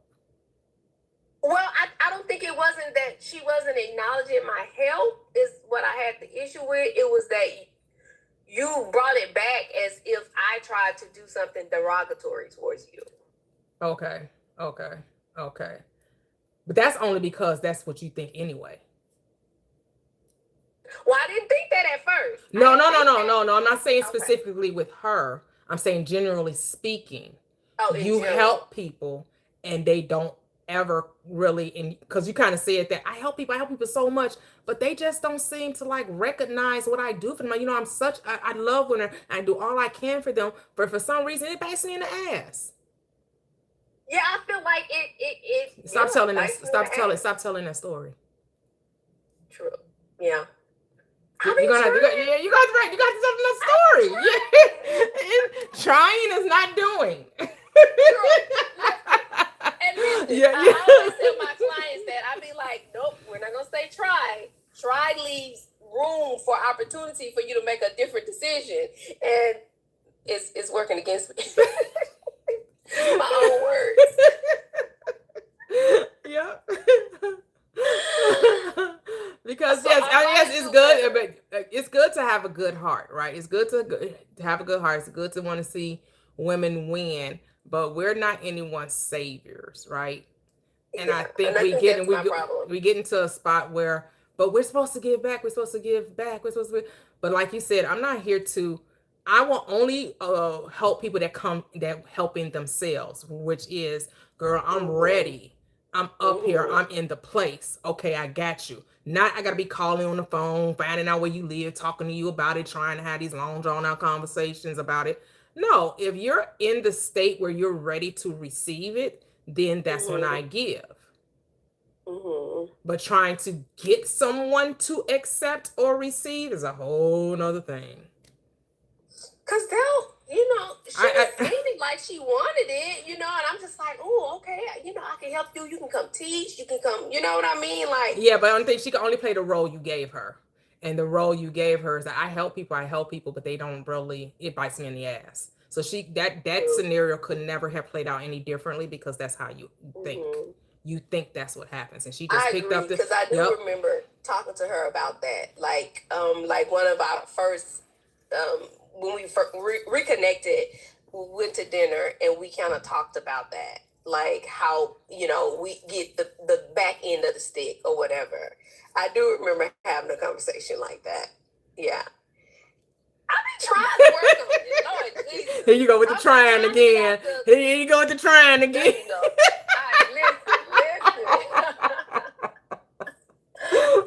listen. I'm gonna stop because my husband do tell me, like, you just gotta do you, like, and if people need you, I used to say a term like I'm a purpose pusher, and I had to stop saying that because people got to be ready. It's like you said, and I have said that to myself, but somehow I keep letting myself get caught back in the same scenarios, the same experience, because kind of like what you're saying, I haven't really let it go out of my belief. It's still my belief. I may make a different choice with a different person, but the same belief is still there somewhat. Yep. Yeah. Yeah. Yeah. Trying to help people pull themselves up out their bootstraps. They'll figure it out. And if you need to play a role in their reality, then you'll come play your part. Yeah. Yeah. What is a good tool I can use to help me with that belief? Say any tools? What's a good tool to help me, with that belief? Because I think it's always the same. It's always the same tool. It's always the same you have tool. to help people, and like testimony, and just helping. You want people to be better, and I just don't. I need a good tool to when that belief comes to redirect it. Oh, to when you start seeing people as needing your help, is that what you're saying? Yeah, like so stop seeing people as in need. See them as already being, and that I gotta be the person that helps them. Yeah. So it's just about changing the thought, right? The moment you start, but you have to be aware of it when you're doing it, right? When you're finding yourself thinking, whom can I help? No one needs my help. Everybody's exactly where they need to be. Everyone is exactly where they need to be. Okay, so just such and such wants to need it. Nope. Everybody's exactly where they need to be. Everybody's exactly where they need to be. And if they need to be in a position where you're assisting them, they will show up in that space. You won't have to go seeking people to help. They will be attracted to you. Well, I don't be seeking them, they be coming. Right. But let them lead it. Let them initiate it. Right? Don't just be like, oh, right, girl, I'll be up here whenever you're ready. Yeah. Whenever you feel like I'll be here. Don't even feel, don't even let it be like, well, I told you about it, and so I need you to also let me know when you make the decision. No, that's unnecessary. If you told them the facility where you work at and it's an open door to come up under you, and maybe they decide, well, I'll come there, but I don't really want to work through her. Are you okay with that? Yeah, I am. And they don't need to tell you of their decision to not go through you. True. I guess it was just the people at the facility was like, okay. Just be like, oh, she did. Nice. Yeah. Because you hadn't talked to her for a while. You didn't know what was going on with her. And I get it. That's a shock to be Well, like, no, girl, I told you talked about it, to and her. you trying to do like some sneak stuff. But here's the thing: I don't even know if it could be sneak because could it really be? I guess I'm like, how was she? So you only go up there on a certain day, and so maybe she made sure that she wouldn't be there where she would see you. Yes. But I guess I- it did. It still doesn't make yeah. sense because she knew that you knew other people there. So it's not like it was. It wasn't on her radar that you would eventually find out, even if she didn't tell you, because Yeah. she had to know you knew people that worked there. So I'm Yeah. not getting that she did anything sneakily. She just feel like she didn't owe you anything. No, she said that I didn't try to give her the information to sign up, to do it, to come speak there. And I'm like, Well, that's only her playing the role of her biting you in the ass. So she couldn't say anything else than that. Because you had already written the script that she wasn't going to acknowledge your help. Well, I had written that script. It was No, you wrote the script. You just didn't say it for her. Generally speaking, you don't get to say who plays that part. You're just writing the script. Yeah. And we did talk months later because she was being a part of my book. She just never mentioned like she was having that issue with me. Right. She was just showing up and, da da da, Right. But yeah, because it's all perspective, right? From her perspective, you're like, well, I gave you everything. I told you what to do. And in her mind, well, you didn't do enough. Whatever. That's usually how people that you help say. You didn't help enough. Like, damn, what else did you want me to do? I did this. Well, it wasn't enough. You should have did this and you should have did this. And I felt like what you were doing was just not enough. But you already said that when you help someone, it bites you in the ass because they found a reason not to be appreciative of whatever you're doing. Yeah. And it's catching my belief. It's sometimes I think it be before me, and then I feel like once the train start going, I can't turn back. But at the end of the day, I'm just gonna have to turn back no matter where the train starts. Well, the true tool is decision. The reason why you need a tool is because you haven't decided. Because once you decide, there is no other options. I decided that, I'm going to do it this way now. I'm not going to be looking for people to help. I'm not going to be seeking people out. I'm just going to do me. And those who are supposed to ride this train are going to come hop on the train. And those who are not, I'm just going to pass them by. You just haven't made a decision. That's why. And so you're trying to, so you're wanting, well, give me something that will help me keep my decision. I can't give you anything to keep your decision. No one can make that decision for you. You have to decide. And you've made a decision when there is no other options. There are no plan Bs. There are no what ifs. There's no such thing as of it not right. Let me try and see. Let me check it. Well, okay. Try and see all you want.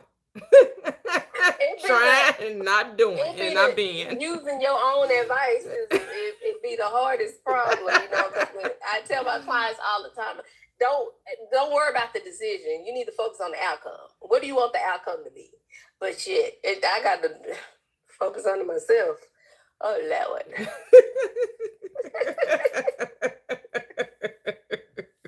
It's breaking those patterns, honey. Yeah, but you have to talk to yourself differently. Don't tell yourself that it's hard, it's not difficult, it's not a challenge. It's just this is how it's going to be. Yeah. And do it from a place of forgiveness too. Like we're not doing this as a way to guard ourselves to make sure it doesn't happen again. Yeah. That's the shortest way to get it to happen again. Because you're thinking about it not happening. Yeah. So drawing that energy to me. Yeah. Be free with it. Like, you have to forgive the woman who attacked you for not really helping the way she thought you should. You had to be like, well, it all worked out. I wanted her to work, to go through this program, to show up here at this facility. She's actually doing it. She's actually doing the thing that we were talking about, Yeah. right? Like it all, everything And I worked did. out. I forgave her. I didn't, Mm-hmm. you know what I mean? But Mm-hmm. it just boggled my mind. Like, how did she come up with this narrative? That's what be boggling me. Like, how did you get this narrative out of this? Like, that be the mind boggling thing for me. Like, how can I move differently based off the outcome that I got? How can Well, I grow from well, this? well, What's that my statement accountability? shows me you actually haven't forgiven her. Because forgive means to forget. You still remember her reaction. Oh And no, you I remember remember. how you felt with her reaction. Your feeling attached to the experience, you're gonna have to be like, there's no sting there, which means you don't really care why she did it. It doesn't matter. Who That was what cares? I was, in the when I was in Okay, it. That's okay, what I was okay, feeling. okay. Like, why and how would she do this? And da, Oh, da, da. No, okay, I told her, okay. you can stay in the book. I did. That's because that's not. At the end of the day, that's not why I did it. To Mm-hmm. get into it with nobody or none of Right, that. right, So right, right, I right. That's to still say, yeah, allowed you her were to coming get from the a good book. place, right? Yeah. Yeah, she was like, and that was her thing. She was like, now you're gonna kick me out the book. I'm not gonna kick you out the book because we have a disagreement. That don't shit. We all disagree. That doesn't warrant me to bring harm to you because we disagree. Like, but then Well, I that was understand. right. So now that's guilt playing itself out because maybe she like, but damn, I should have said something to her because Yeah, now she got right. yeah. So that whole So and scenario, that's what. that whole scenario has to play itself Yeah, out. yeah, yeah. Yeah, We had a yeah, conversation in the end when hmm she told me everything. yeah, yeah. But we're still not, cool afterwards. But Right. I'm just glad she was able to grow. She was whatever. But at that time, it was just boggling my brain. Like, how did she come up? Because because she at first she played it off and was like, "Yeah, I called you and I texted you and I was like, so." And then it made me think, oh, maybe she was mad because she felt like I was ignoring her or something. And I was like, I went through my text messages and But because see I how you, had but been see out how of you're still town. telling the story, even though we What? we resolved it. You're going into greater detail now. Oh, well, because we were talking about something. We was talking about her, No, I just said to forgive her, and then you had to, right? So you how like, she ended up yeah, thinking, like, why she was kind of had a guilt trip or whatever. And that's why. but that's how it's hard to let go of the story because you keep telling it. Why I ain't told it to nobody but y'all. I don't really talk to nobody.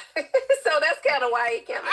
I get it, but I'm telling you, that's why the shifting the reality of, well, how do I stop these things? I'm trying. Let me, but Yeah, this is why it's like this snowball effect, and this is why it's on repeat because it's my belief. yeah, and you're still holding on to that experience.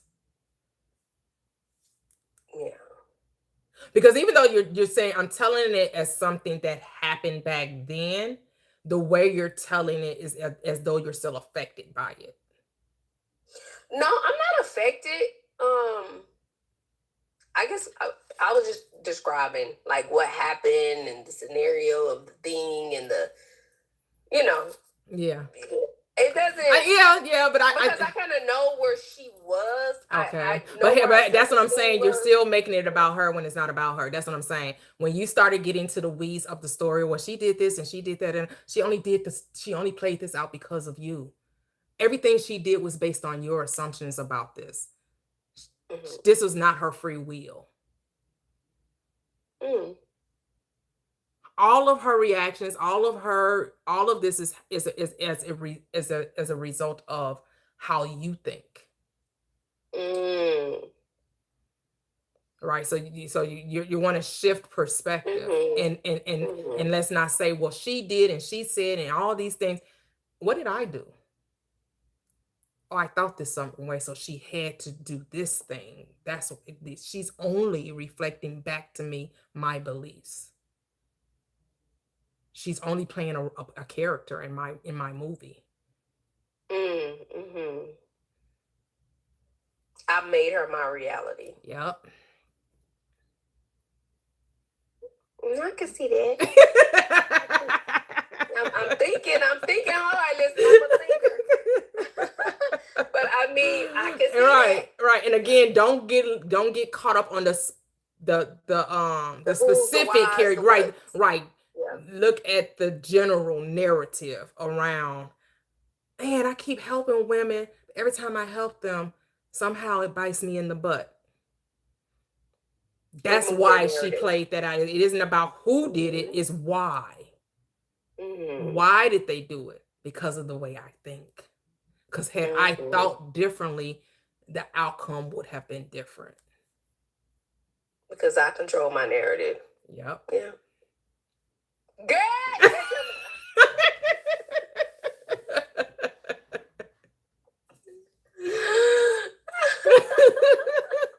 Like I tell my clients, like, you know, counseling is just to hear yourself thinking outside of your brain. So I appreciate it. Oh, you're welcome. You're welcome. Because I definitely, you know, you play these things out in your head and you say this to yourself, but it's different when somebody else who don't know you can still replay the same thing that you told yourself, but you failed to address with yourself. Yeah. Or you've addressed it, but you've gone back to that same pattern. And so sometimes it's just good to hear it, you know, from a non-biased person. Right. You know, like you don't have an emotional fight in this thing. You No. you know, you ain't worried about me and not giving you none later. Or, you know, not come to pick you up as mama or whatever. Right. So it can be objective. Unbiased. Yeah. Yes, very unbiased. But it's what I've told myself, but I've neglected to change, you know, the outcome of. So I appreciate it. Oh, you're very welcome. I love the talk. Yes. Because it's helping all of us. You know, a lot of people, those who are listening, earshot of it. Yeah, they're like, oh, I wonder if that's, you know, because like many before you on the panel coming to the realization that the world is really just reflecting back to me.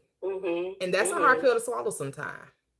To say that everything that's happening is as a cause of what's going on with me. That the people that's playing the character, it was never them. They're just Sims characters. Right? Like you're saying, okay, this character, you know, I want someone to play this role. And what role do I want them to play? Being ungrateful for the shit I do for them. And she expressed being ungrateful for whatever part you played in helping her. She was being ungrateful about. Well, that's what you said though. You said you help women and they ain't always grateful for what you're doing. Right? Yeah. I think, you know, and too, it comes kind of like from being in a religious background to some degree, just like being a single woman walking in the room and, you know, you ain't ugly and you ain't, you know, and it's like, I would they were like, oh, she bougie or whatever. But then when they got to know me, they're like, oh, you cool as shit. Like, I thought you was just bougie. And, well, girl, if you get to know me, let me open my mouth. You know, I know, like, right? You know, that narrative has just kind of followed me. And then I played that out to everybody else. And they just gave me the energy that I was given. Yep. But you were assuming. Yeah. That I was calling to be so, because that, you know, I experienced that and I made myself to continue to experience that. Yep. Now when you walk into a room, people see you as approachable. You're smiling regardless of how, you know, beautiful you are, no matter how well dressed, well spoken you are. Everyone sees you as approachable. Yes. Yeah. And I had to tell myself too, you know, hey, I remember, you know, driving one day, because I'm a thinker, and so when I think, my face is thinking too. Me too. I was like, what they talking about? I look mean.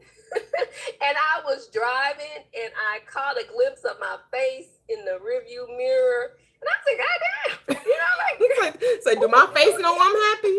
Does my face know that? No. And I was like, it was just like a reflective moment. Like, damn, girl, that's what people see. Like, and so now I will, and that was like 15 years ago. Okay. And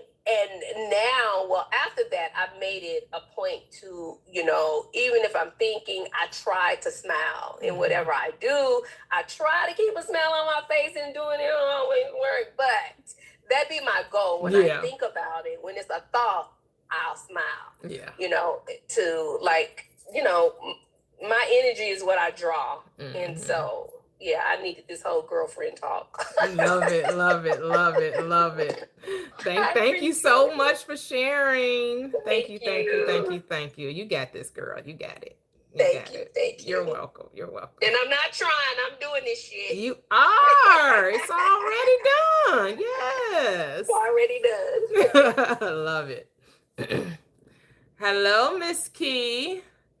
How are you, friend? Hey, friend. What's going on? That was so smooth, the way you just led her to that conclusion. Like, that needs to be in a textbook.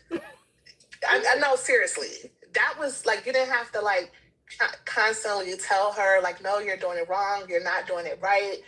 You just softly, just gently led her to see that she was telling that old story. And then she just caught it. And she was like, yeah, it's me. Right? So I love that. Yeah, that's so smart. I wish I could learn. I will. I am going to learn how to do that, because I'm so used to, like, no, you're not listening. What the hell is wrong with you? I wish I could learn how to be patient. But you remind me of, like, yesterday, the toxic. Remember the guy that came up and he was talking about the neighbor that shit, the neighbor's dog that was shit. And she was like, "Oh my goodness, she's like, you disarmed him. You just gave him, because he by the time he left, he was like, oh." This guy came up to troll, right? And so he started off kind of pretending to be somewhat sincere, but ultimately he was trolling and talking about some bullshit, talking about how his neighbor's dog was shitting on his lawn, and all this bullshit. But Toyia really, really followed through. She really took it there, and he finally was like, "Yeah, you know what? I can really see him differently." He was talking about how his neighbor smelled and all this other shit. I mean, just trolling. And she really took it there, and he actually bowed out of that in very he tapped out. He did. He tapped out.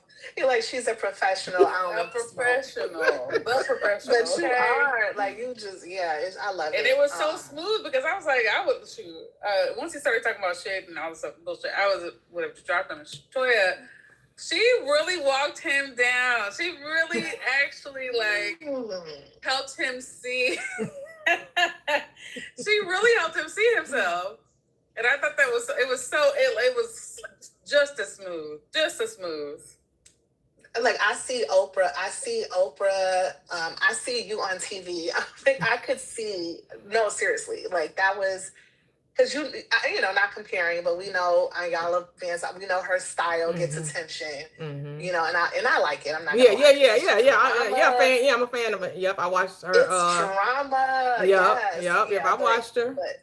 But that approach, that's just dope, and that you just have a knack for it, and I love it. But you definitely can manifest better relationships, because I've done it, and I know that when we talked about, you stop telling that old story and you tell the new story, and I've talked about manifesting, reconnecting with old friends I fell out of touch with, right? So I do want to tell this story, because I don't know if I told you or the group, but I had this old friend that had relocated to Arizona, like, years ago.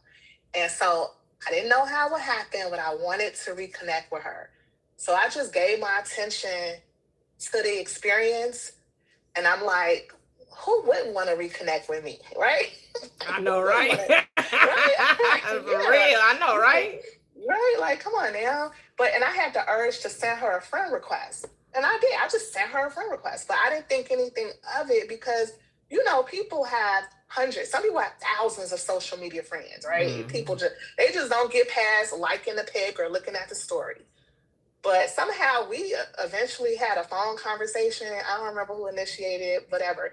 But at the time, I discerned this isn't quite the reconnection I was hoping for, right? It just seemed more like a catch-up. and never speak again conversation.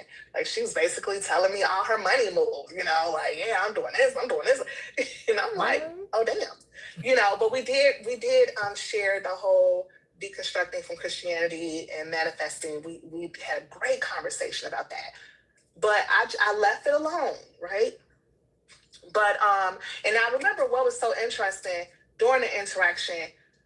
I wasn't like, well, damn, I manifested this, so I gotta make this phone call work. I gotta make sure that she, I just was like, nope.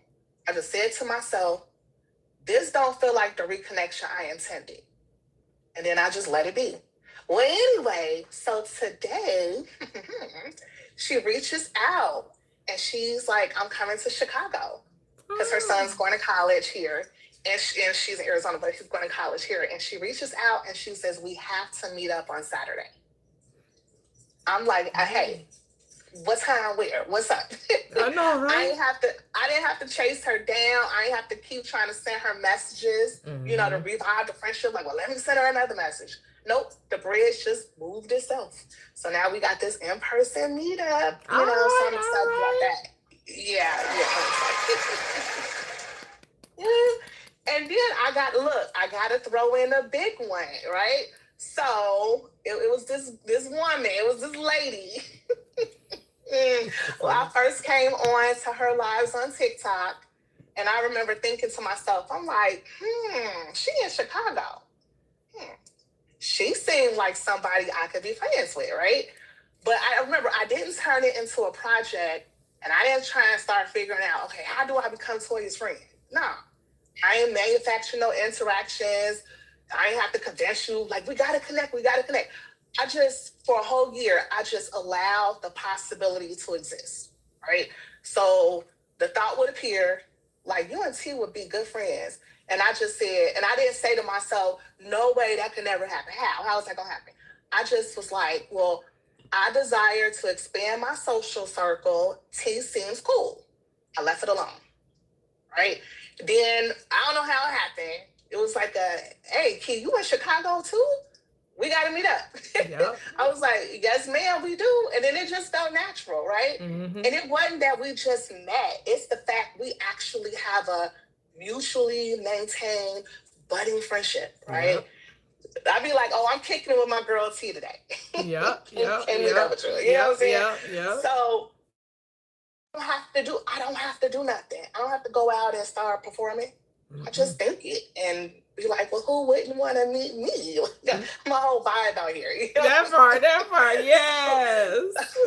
So I just wanted to share, and I got some more, but I'm just gonna leave it there. But I got some more oh my goodness, I got some more. But anyway, I'm gonna leave it there.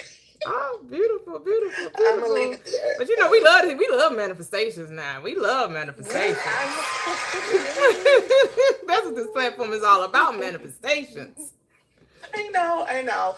But it's just being comfortable and just knowing that it's all gonna work out. Like, and just if I have the thought, then I have it for a reason. Mm-hmm. And so it's like the whole thing of a what if and how. All of the deterrent things I would think before, they just go away now. Like, once you know how to manifest one budding friendship and one reconnection, you know how to do them all. Yeah. It is, it's rinse and repeat. Yep. Right? Yep. Like, you figure it out that one time. And, for me, it really happened like 3 times. Because with another girl, and you remember this, T, I wanted to reach out to one of my old friends. And all I said was, just thinking out loud, I would love to reconnect with her. But I said it to a girl, and she was like, oh, that's my friend. I'm going to let her know. And I ain't think nothing of it. The next thing you know, I'm at the gala in Chicago, rubbing elbows with the mayor. A fantasy concert, because she got me tickets. Yeah, and so I was just like, yeah, this is dope. So, and then I manifested better relationships with my son, just a few people. Yeah. A few people. Yeah. It definitely works. Haven't done a partner yet, but Because you haven't gotten that to that step yet, but we'll see. Say we'll see. We'll see. Oh, We'll see. beautiful, We'll see. beautiful. We'll see. We'll see. Yep, Yeah. yep. It's all in your hands. It's all in your hands. Beautiful, beautiful, beautiful. Yep, yep. So I manifested my friend that I wanted to talk manifestation with. You wanted more than just be a virtual type thing. Someone that's on the same path as you. Not saying that your whole friendship group has to be that way, but hey, why not? Why not?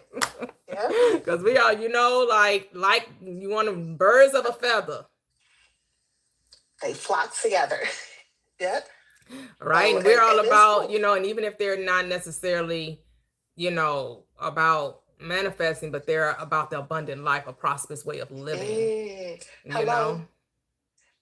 T, could you say that? Listen, it was funny because okay, I can tell. Well, I can tell this part. So I had went bowling on, was it Sunday? It had to be Sunday, right? I don't know if it was Saturday. I went bowling Saturday, and I didn't really want to go, but it was to support one of my friends who's in a D9 sorority, and it was a fundraiser, and she was like, "Gotta come bowling." So I went bowling. And I didn't think nothing of it, but I'm like, while I'm here, I'm going to have fun and meet people and kick it. Mm-hmm. So I realized that I was the worst bowler, and I was kind of embarrassed, but it kind of sparked something in me. Like, you know what? If this is something that you want to get good at, you can do it. You can get just as good as these other young ladies. But I kind of zeroed in on this one lady who just to me seemed like she was about that abundant life. Okay. I don't know. It was just something about her energy. You see women, you be like, okay, she got, it's just something about her. She, and so I just end up sitting by her, but not even realizing I was sitting by her. And then she turns to me and starts talking. And next thing you know, she was like, yeah, we got to do this. And give me your contact information, whatever. And then we just connected. And I end up telling her, I said, you guys know how to bowl so well. I want to know how to bowl. And I want to take lessons. I promise you, it was like instant. Like it's still unbelievable. She was like, that's my boy right there. He's a bowling instructor. Oh, wow. Yeah. And so we introduced, came over, exchanged information on the spot. And I'm like, does it really happen that easy? Yeah. I wouldn't say he's professional, but he was telling me how he's won $17,000 bowling, what do you call it? Leagues? Not league. Competitions? Yeah, but they have another name for it. It's escaping me or whatever. But yeah, in Vegas and different other cities and across the US they go.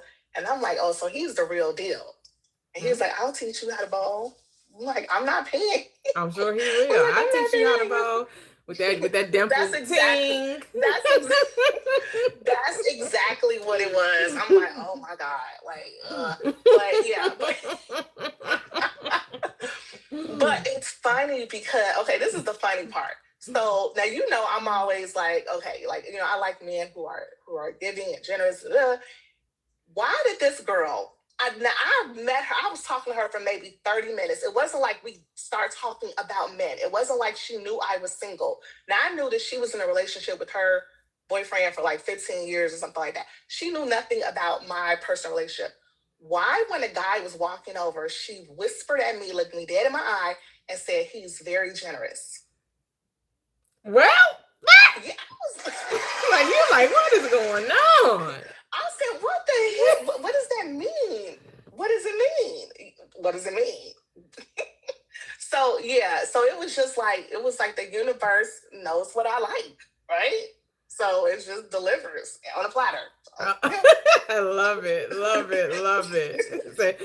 Served up on a platter with a smile. On a platter, yeah. So I'm like, how does she know? How does she know that? That's what I was thinking. I'm like, how did this girl know that I care about generous? Like, she like, no dusty. She like, no dusties. She knew to speak my language. Like she knew. Like she didn't say, oh, he's very. Yeah, she used the word generous. Yes. That was gonna get my attention. So I just thought it was really. Did you get his number? Funny. I didn't have a choice. You have a choice. This man follow me around. Yeah. Woo! Not. So she's like, he good, girl. Go ahead and because he's very generous. Don't. Yeah. This the one you won't following you around. She was like, she letting you She know. was so right, and I was. She had already vetted him. She was like, you good, girl. You good. Yeah, but I guess she knows him because she actually learned how to bowl. I guess with him because he was giving her more pointers. Like remember I told you to do the. So they had to have had some type of interaction. Okay. But I mean I wasn't tripping over him, so to speak. It was just the way it happened, where I'm going someplace where I'm like, oh, dragging myself here to support this girl's thing, whatever. Then I get there and I'm like, well, I'm here. I might as well act my normal, fun self, you know. And like I'm not gonna sit here and be bored for 2 hours. So I love it. So let me go find the chick that's popping, right? And so I sit by her and me and her having fun, and the next thing you know, yeah. So love it. Yeah. That's it. That's how it works, as Kevin like to say. That's how it works. That's how it works. Yeah. Love it, love it, love it. I didn't know Miss Kitty wanted to say something. Miss Kitty, did you want to say something?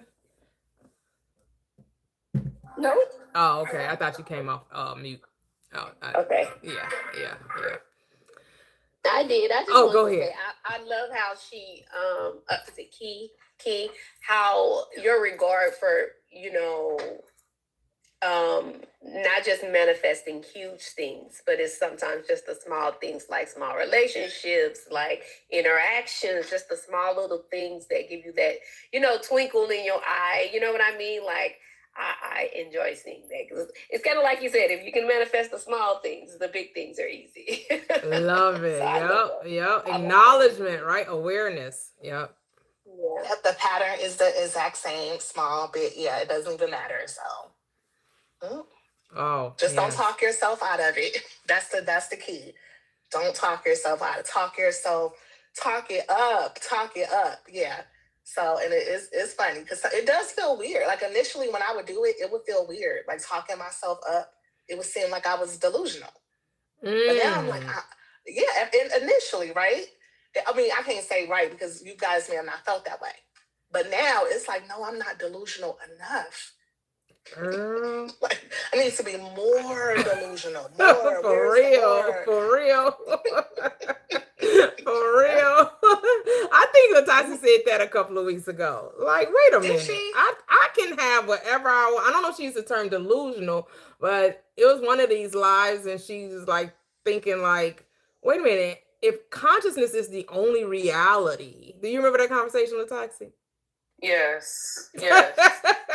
Although I've been saying a whole bunch of bullshit, so I've been trying to keep what I'm saying all together in my head. But yeah, like it's like if you really are the only observer, if you really are the operant power, then you can really come up with whatever the hell you want. That's it. And I was thinking about that today, and I was like, the life that I want for myself, when I go off on these tangents mentally, and I think against what I'm asking for, what I want, I'm going off script. And for me, I'm like, I need to stay on plot. Like, the plot of the movie is I get X, Y, and Z. I have this and that. It's a nice, beautiful, wonderful, abundant life or whatever. And the specifics that I want, that's the plot. Yep. And if I think against it, I'm going off plot. We need to stay on plot. We need to stay on the script. I know that's right. Stay on script. Stay on the plot. Stay on the plot. Like you're deviating. Actually, Adrian. Like you're deviating. That's my real name, Adrian. No, it's Talk. It's Talk. It can be Talk. That's totally fine. I'm just kidding. It's no problem. Yeah, like that's. I'm like, I'm really actually, if I'm in control of this shit, I can have what I want. Yeah. Then I can really have what I want. Right. Like it's already there. That's really the thing, right? That everything is already there. All the works are finished. Everything you could possibly think of is already in existence. And just coming to the realization that we're not causing anything to happen. We're experiencing the happening because it's already happened. It's already done. We're just lifting the veil. We're causing ourselves to see the thing that we thought wasn't there. We're causing ourselves to see it. That's it. That's what faith does. Faith makes the invisible seen, or the invisible seen. And that's what I was thinking this morning too. And I was like, I gotta write this down because wait a minute. Because I was like flushing out being in the kingdom, sitting on the throne, the inheritance, all of that is entails with that belief system of it's more than belief. I know we say belief, and I get why people say more than belief because it's more than an acceptance, it's a knowing. It's more than intellectualizing manifestation. It's about spiritualizing manifestation, which means you have to experience what has already been provided. So I started thinking about the different names of God. And I know when I was in church, it used to be like Jehovah Jireh, my provider. And really, what does that mean? Being the provider means if someone is being the provider for you, that means you don't have to do anything. There's nothing for you to do because it's already been laid out for you. Thou preparest a table in the presence of my enemies, right? The table's already prepared. Thou goes before me and prepares a place for me and comes back to get me, which means I don't have to do anything. And really getting that, like really identifying with that state, like there is nothing to do, only to be. Go ahead, Win. Oh, I was just gonna say it's like your unconscious mind has already created it, and you just gotta allow yourself to live the experience of it. But I think we be so afraid based off all the things we've been conditioned in, we've been told, and all those things that you can, you won't, you know, and you are trying to, it's like a battle, as they talk about the battle, the things you want to do, and you say not do, whatever Paul lied and said. But you know, like, but it's like your unconscious mind has already created the desires of your heart, the things that you already said you wanted, but is you're so afraid to live that reality based off of probably, you know, scrutiny of the people, how people around you feel, what they may think about it, and all those things. And even in talking about the old girl and all that stuff that happened, it was a way for me also, like things that God had already told me to do was to purge those old relationships and all that, and I wasn't willing to do it. And that's kind of, to me, in my mind, that's kind of like, okay, then this is what happens when you know, you don't go with your own feeling, what, you know, you've already been kind of led to do. You know what you need to do. You no longer believe how they believe. They're still Christian. They still, you know, believe, you know, and the shouting and the running around and all of that. And now I look at it and I'm like, what the hell was I thinking about? What was I doing? You know, like I just see it now and I'm just like, dang, I was really conditioned. And so I wasn't willing to purge those relationships, but I'm no longer that same person that were friends with those same ladies either, you know. And so it's like, okay, if you won't purge it, like your energy will. And so I pushed it out there myself, like, so I got what I deserved. Yeah. And those things, I think, those things happen effortlessly when you're elevating, right? Elevation does not happen without transformation, right?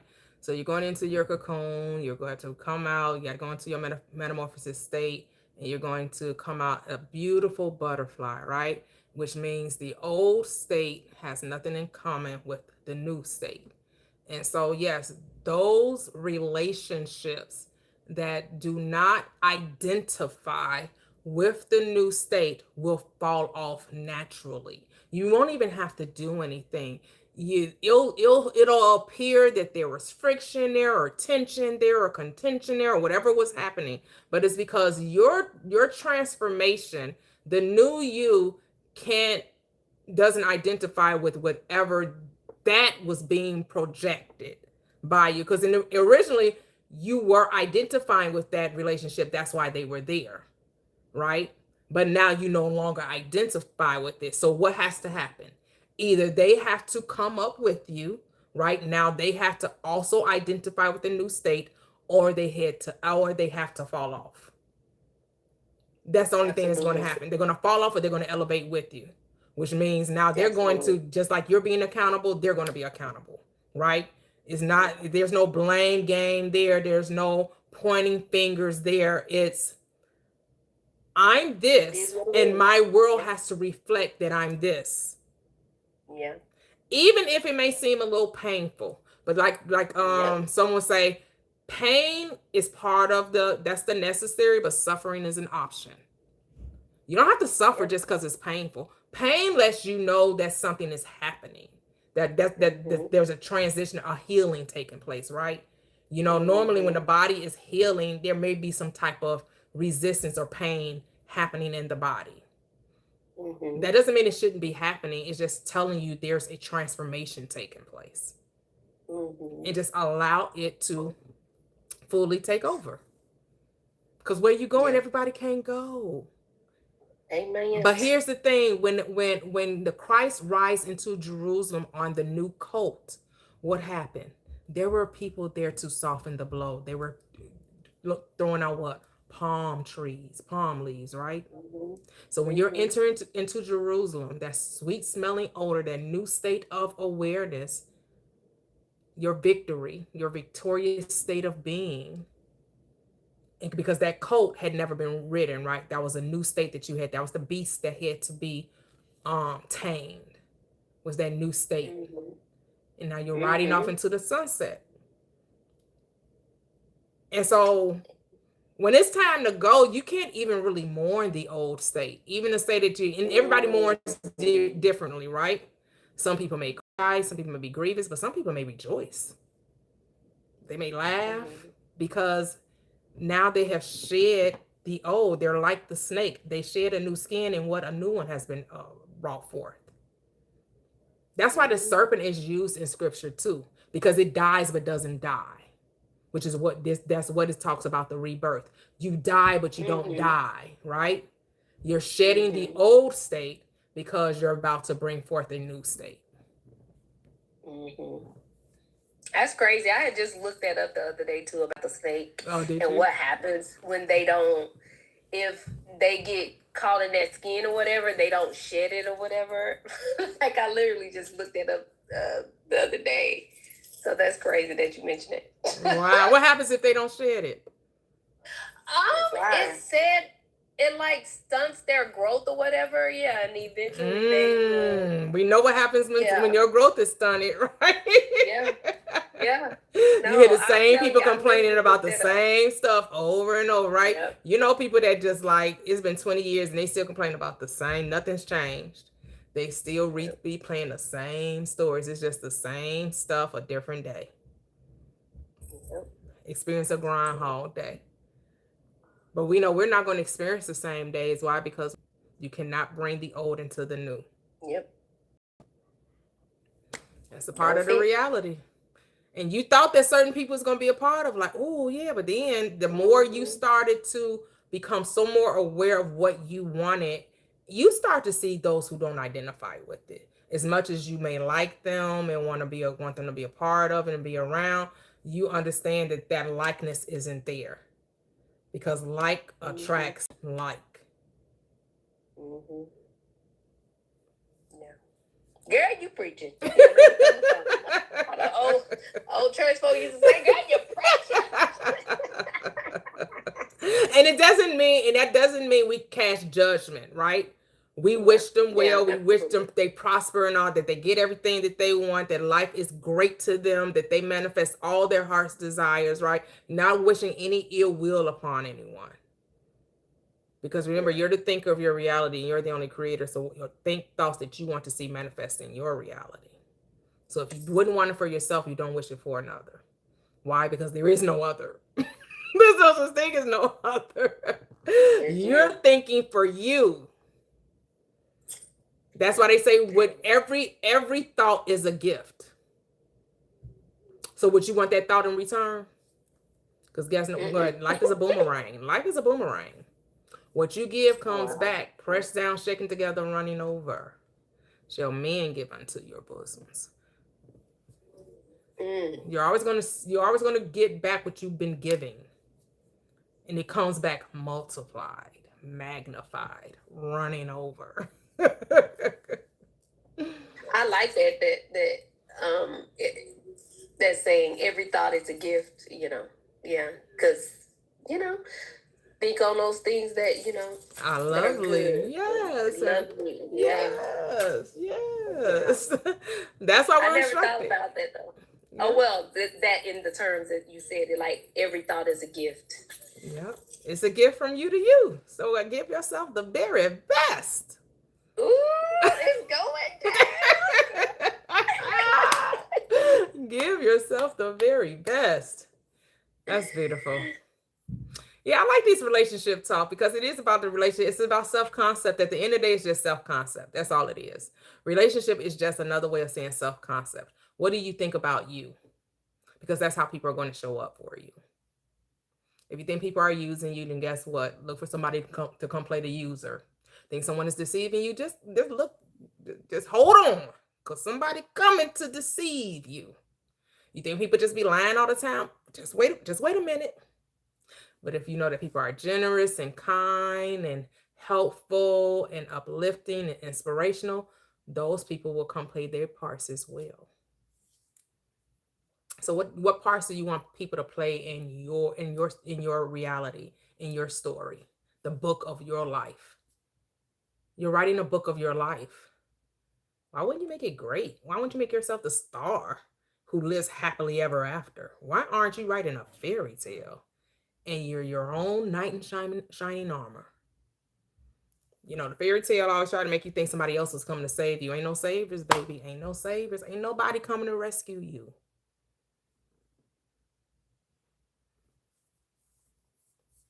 You're the one riding up on the right horse.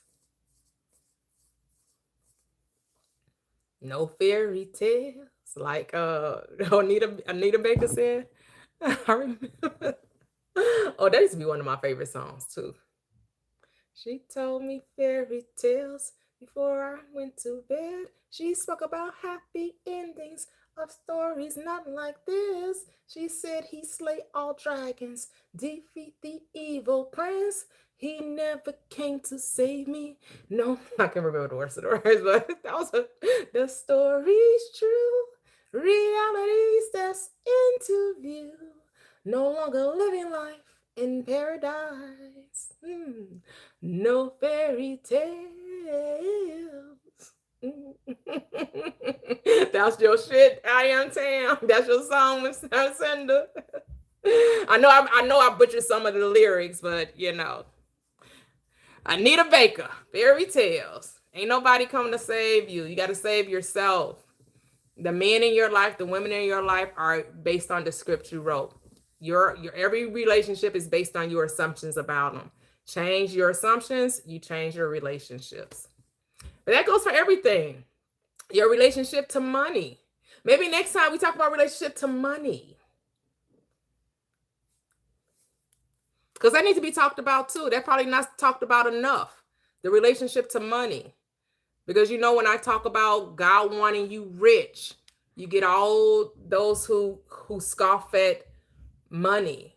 We have been so conditioned to see the wrongness of wealth. It just boggles the mind, right? And so you have to pull down that stronghold when it comes to money.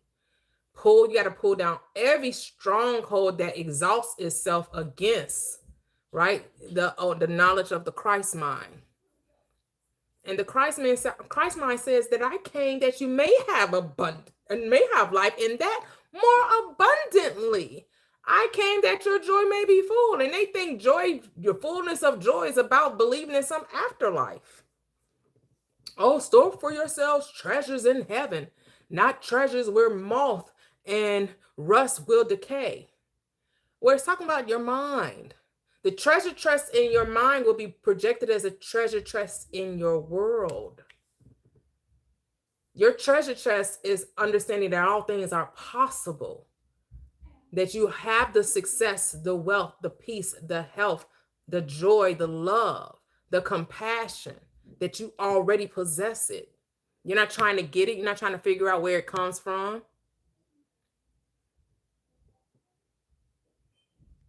Mm. So I am Janae says, I don't know if Miss Kitty, Miss Kitty might have left. I don't know if she's still here, but she says the resistance she was talking about earlier, Miss Kitty, is the proof of her transformation. Like going to the gym and getting new muscle through resistance. Yep. Yep. You're building up that muscle. The muscle of self-mastery. Okay, fine. I'm about to go to the gym. See, I was about to get in the shower and go to bed, and y'all like, I stepped away from my phone. I got my headphones. And it's like building up that muscle, and I'm like, okay, all right, cool. I'm about to go for 30 minutes. Beautiful, beautiful, beautiful. Oh, yeah, it's nothing. I know we talk about resistance being wrong, right? Like, oh, no resistance. But the resistance that manifestation is referring to is about the thinking you have to make something, that seed of doubt. That's the resistance to manifestation, the double-mindedness, right?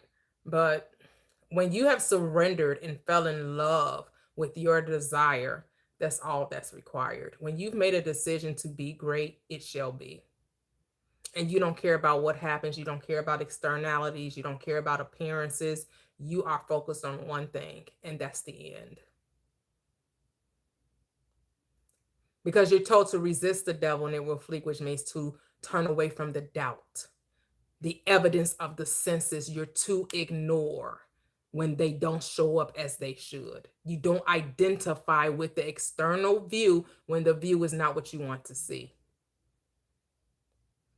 I think it was Gigi talking on Saturday when she was talking about, wanting to go to California, being in Connecticut, right? And she's driving down the street and she's not seeing Connecticut.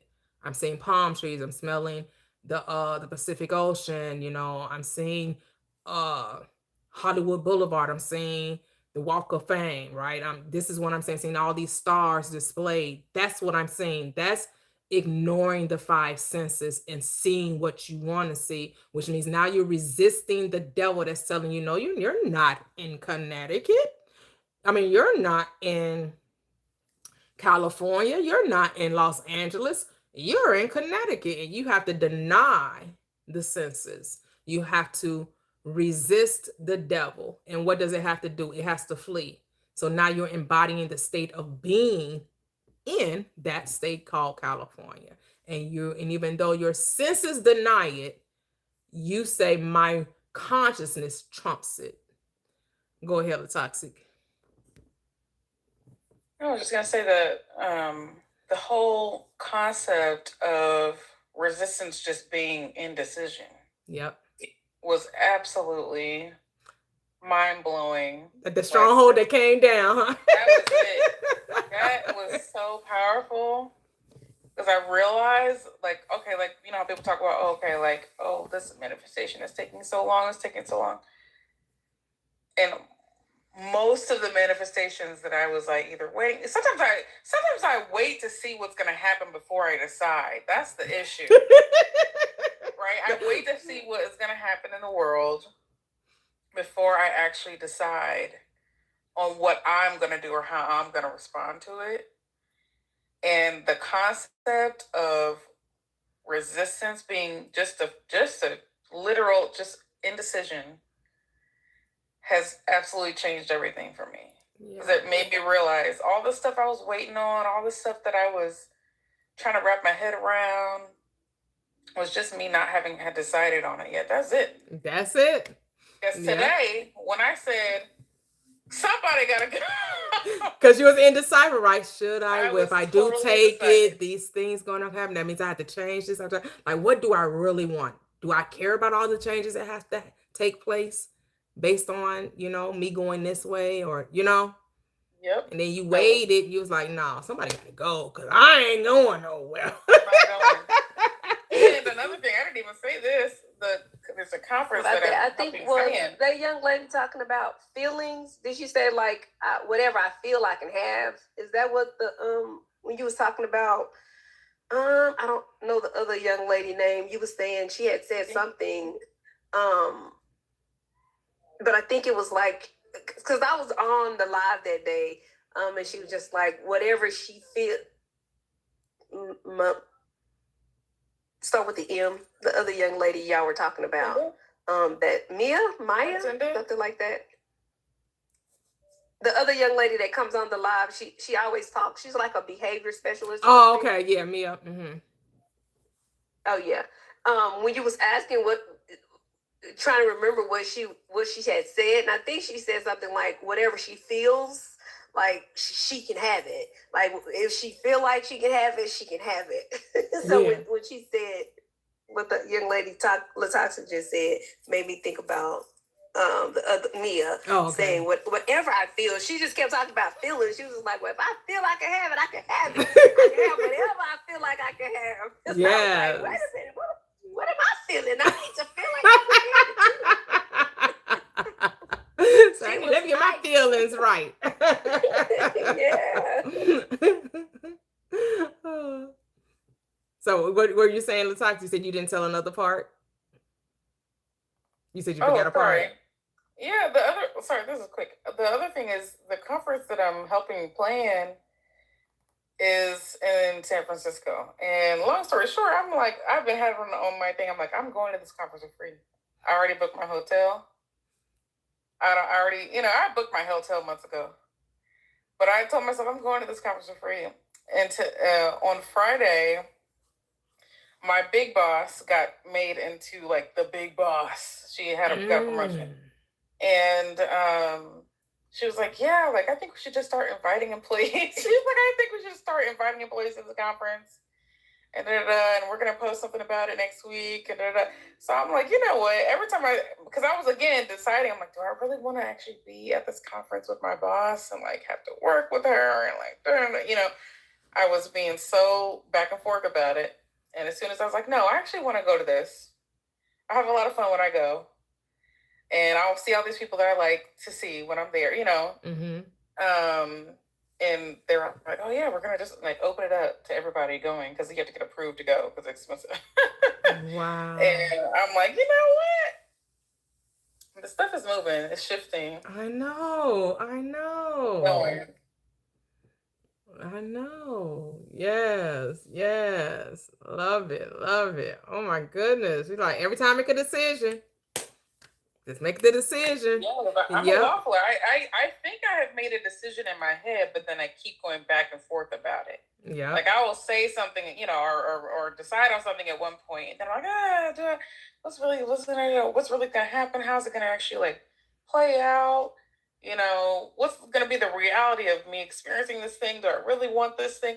So I just go back and forth in my head so much that I think that is what causes a lot of my delay. Yep. Like I said, indecisiveness. Not that there isn't like a natural process, but yeah.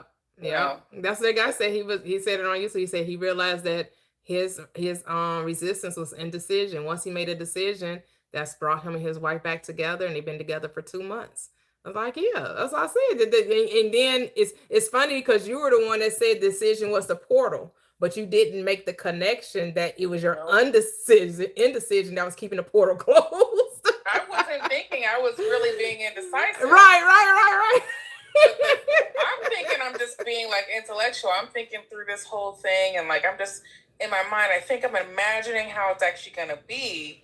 So when but it's like good things and bad things, but I didn't realize I wasn't actually settled in what I was doing. When I'm settled, then the thought process stops, right? Because it doesn't fucking matter. It doesn't. You know what I mean? Like I don't need to imagine how it's gonna be. I need to decide how I want it to be. That part. That's what I said. I don't need to see myself. That's unnecessary. I just need to make a decision that is happening. How it plays out, it's gonna be fun regardless because I'm there because I said so. Like what? I literally was thinking, I'm gonna get married again, and what my God is it gonna be like? Am I gonna deal with this man's family? So all of that, stopping my whole, stopping Yeah, my yeah. You're thinking about all of the shit the bad shit you don't want to happen. Yes. Yeah, yeah. And I think I've made a decision when I haven't. You have not made a decision. That's not a decision. That's not a decision. Well, when I tell you that whole resistance is indecision, just has literally blown things wide open for me. Beautiful. I love it. I'm with you, Latoxi. Like, I think I overthink things too much. And then it keeps me from, I made the decision, but then I go back and rethink it again. Instead of just settling on, no, this is how it's going to be. Yep. Yep, absolutely. Same. I'm the same exact way. But we're working on it. We're going to move past. We about to do this. Period. Love it. Love it. Love it. So we I definitely have. Like, I got divorced, but then I was like, I'm not getting married again because I was married for like 18 years. And I was like, forgive me. But once I thought to myself, I'm like, girl, you really ain't gonna have a man if you keep talking about they ain't no good, they ain't this, they ain't that. And once I just made a decision, like, all men aren't this, though. That was just my experience with that. Mm-hmm. And I think like 2 years later, my husband found me. I ain't find him. He found me. Yes. And he's everything that I need and Yes. more. Everything that I said, that's what I need in a man. I didn't tell him. He just showed up with that. You know what I mean? I was like, okay, God, you funny. Like, I just had to decide, like y'all are saying, I just had to make a decision. Like, this is what I'm worth. What I say I want is that what I need. That's what I need. Like, and I don't have to worry about what nobody else think or say about it. Yep. This is what I want. This is what I desire for me. This is what I deserve for me in my head. So that's what I got. You know. So that's it. Decision is key. That's all you need. And so we have another caller, Shanice. I'm sorry. How do you say your name? Hello, how are you? Good. That's fine, Shanaza. Shanaza. Okay. You can say however you want. That's fine for me. Okay. How are you? Nice to meet you. You Nice have to meet really you. good energy. Oh, thank you. How are you? I'm good. I was just hearing you guys talking, and it was very wise of you to say that decision is a portal. And yes, that's the state that I am in my life right now. I'm trying to, I don't know. It's very powerful, and yeah, I relate to that. Okay. Beautiful. Yes. That's Tox, the one who brought that, who said the portal conversation. Oh, wow. I just say, decision is key. Your indecisiveness is the reason why you're not seeing it. Once you make a decision, that's it. Yeah. Nothing else to do. There's nothing else to do once you make the decision. That's true. Yeah. Yep. So what do you think about the toxic? What do you think? Go ahead, toxic. What you say? I was gonna say I got it from Twitter. I didn't come up with it myself. Just resonated. I don't know where it came from originally, but it definitely worked for me. Yes. That was amazing quote. Yes. So what do you think about the prompt? I do believe in manifestation. The things that happen to me, if I even said like 1% of the synchronicities and confirmations that I have in my life, people would think I'm crazy, literally. But I do think that we can manifest better relationships with loved ones, friends. But I think it's relationships, in my perspective, when it comes to energy. And I mean, my religion, we believe that energy is something that you have inside of you. So the exterior is just a reflection of your emotional state and the beliefs, the belief system, and the care and the love that you have inside of you. So the external world is going to be a reflection of your inside world. So as long as we try to find balance within ourselves, that balance is definitely going to come, and is going to be attracted to us in the external world. I don't know if that makes sense to you guys, but we agree. Yep. I really do. The outer always reflects the inner. Yep. And you are to master your thoughts as well as your emotions. Yeah, that's the hardest thing for me. My mind, my thoughts. Oh my God, it's a desert, it's a storm. It's not easy, but I'm trying to master it, master my own mind, master myself. If that Ah, makes sense. yeah, it does. So you call it a storm, a desert. I think it becomes much easier when you call it a beautiful garden. That you're Yes. Oh well, yes. That was. and you're You just guys have planting the best approach. seeds. Oh my God. We didn't come up with this. We just, we resonate with it. I don't know, like, have you ever read like authors like Neville Goddard, Dr. Joseph Murphy, Florence Scovel Yes. Shinn? Yes. Yes, yes. So, yeah, they are the ones that tell you that your mind is the garden, right? The Garden of Eden, right? And you are the one just keeping the tilling the ground. You're right. It's already fertile. It's already ready to receive the seed. You just have to choose the seed and make sure you're choosing a seed that you want to see blossom in your life. Whatever it is, whatever that is, whatever your desire is, that's your seed. And so you water it. You get the nutrients through. Some people would say your emotions, right? The feeling good, the expectancy, the appreciation, the gratitude, the thanksgiving, and your sunshine. That's your rain and that's your sunshine, right? What you're thinking about your desire. So it's what you think of you.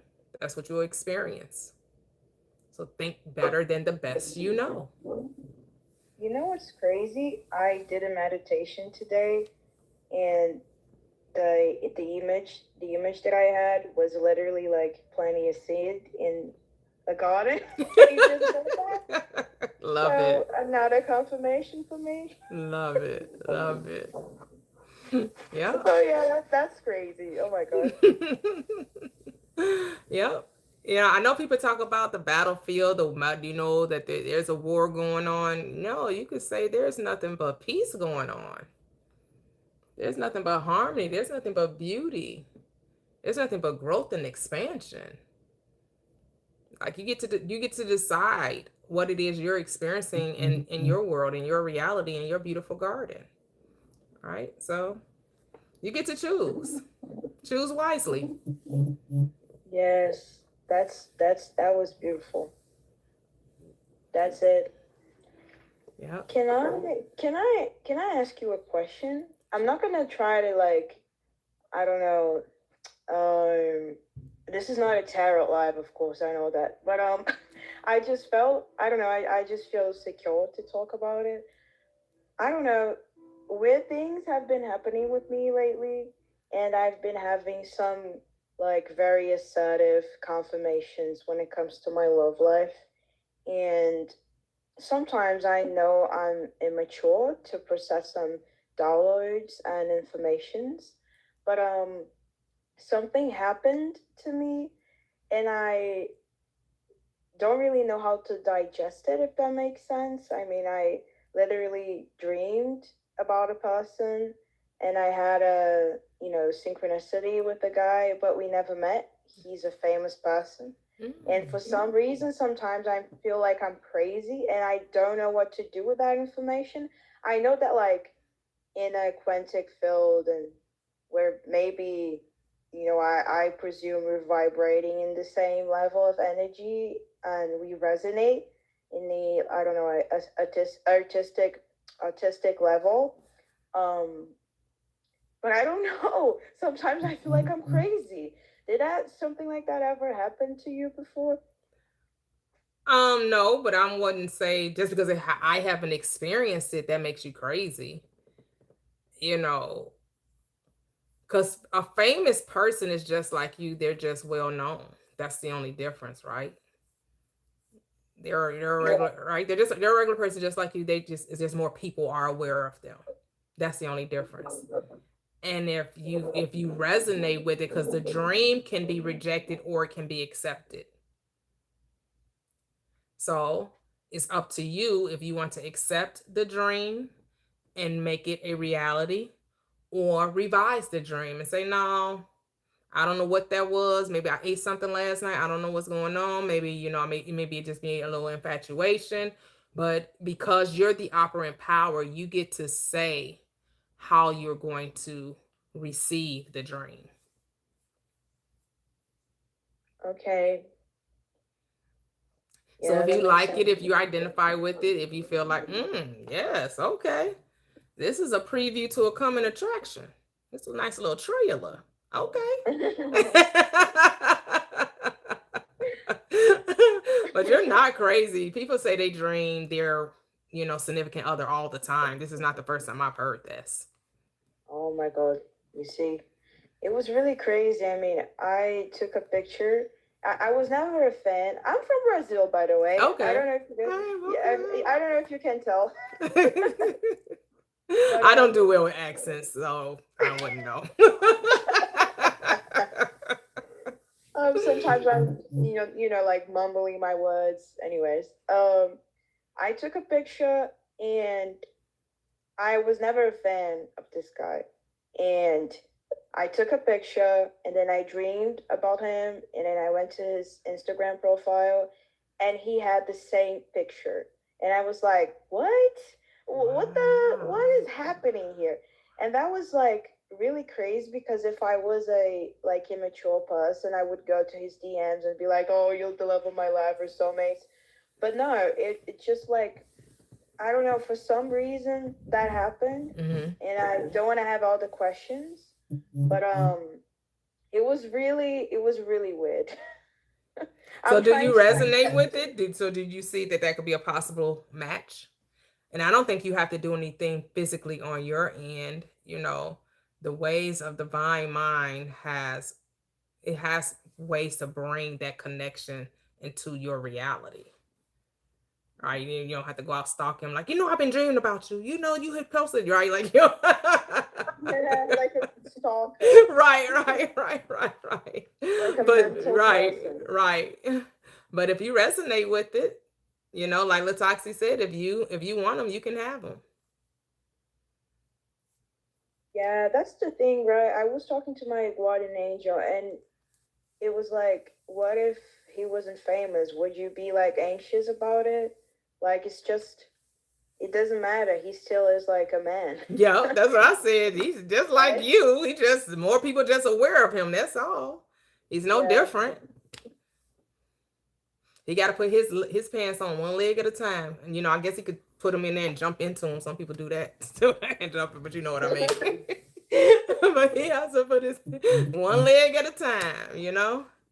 That's it. Yeah. So if you see it, you can have it. But no, you're not crazy. Although the world may call you crazy, but we over here, we love crazy. We love Delulu. Sometimes you got to be a little out of your mind in order to manifest the thing that you want, The things that happen to me, I can't even call it. It's so weird. But anyways, I'm getting used to it. Yep. Love it. I would love to hear the follow-up if you end up leaning into that desire and allow it to play out. We would definitely like to know if you end up meeting him or not. I'm sure the way it would happen would just be so awesome. I'll definitely, oh my God, I'll definitely talk to you guys about it. I just followed you. And I don't know, I feel like, I don't know if you guys believe in reincarnation. In my religion, I believe in reincarnation. Of course, I love Jesus and stuff. But, I don't know, maybe this is a past life thing. I believe in past lives. I believe in, I don't know. You can call it soul connection, twin flame, whatever. There's different fundaments, definitions, but there's a reason to everything. So yeah. You said Haley Bieber did it with Justin Bieber. So she wasn't famous when she manifested Justin Bieber. So, but no, I don't believe in reincarnations. But that's just a me thing. Yeah, that's totally fine. Yep. Yep. I feel like there's only life. There's only incarnating, not reincarnating. You just continue. Life is onward and upward. There's no end to life. Life is eternal. Yeah, that's fine. I have multiple like different um friends from different cultures, different religions, and I love that. Beautiful, beautiful, beautiful. And so, A Town, did you come up to say something, bruh, before I get up out of here? No, man, this live was dope. It was. It It was was. real dope. It It was was. real dope. I was just in the cut. I was just doing my thing, but tapped in. Really just kind of, yeah, just really being able to take in inventory.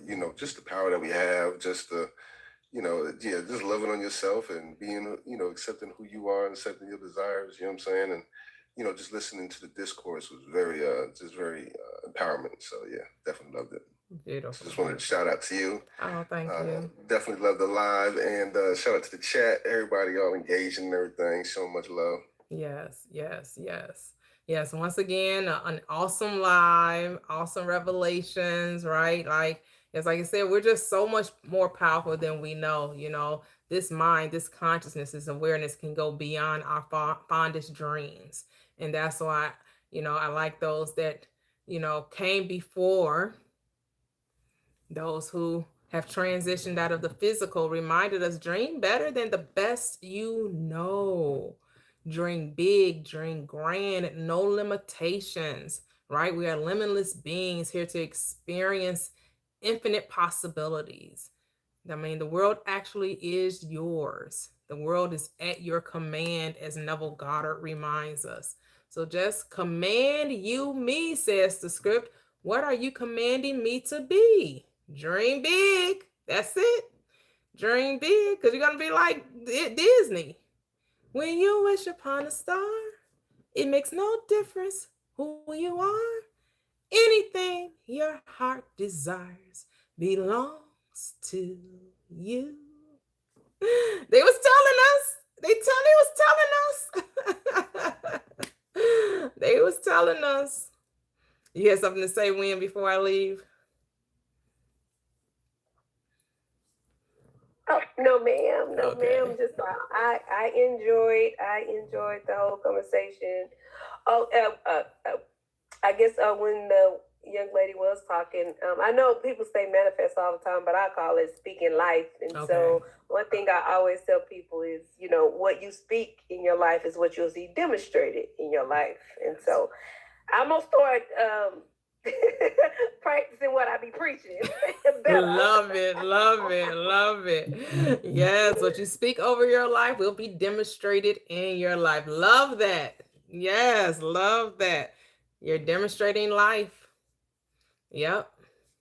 It's a beautiful thing. It's a beautiful, beautiful, beautiful, beautiful, beautiful thing. But the world belongs to you. The world is yours. You can have whatever you say. You shall have what you say.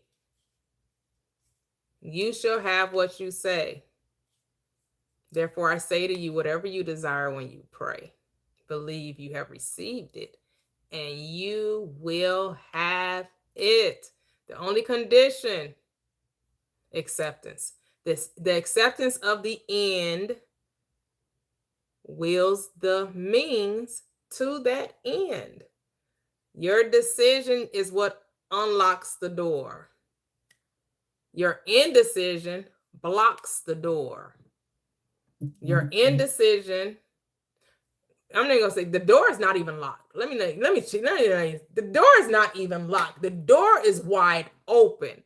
Your indecision just keeps you standing at the door. Your decision allows you to walk through it. Your decision just keeps you standing at the open door. It's like the vampires. You have to invite it yourself in. I can't come in unless you invite me. I'm knocking at the door. I'm at the door. I'm at the door. So as long as you don't make a decision, you can't go in. Because the door is wide open. Come on in. All right, guys. Thank you, thank you, thank you. Enjoy the rest of your evening. And I talk to you guys next time. Bye bye.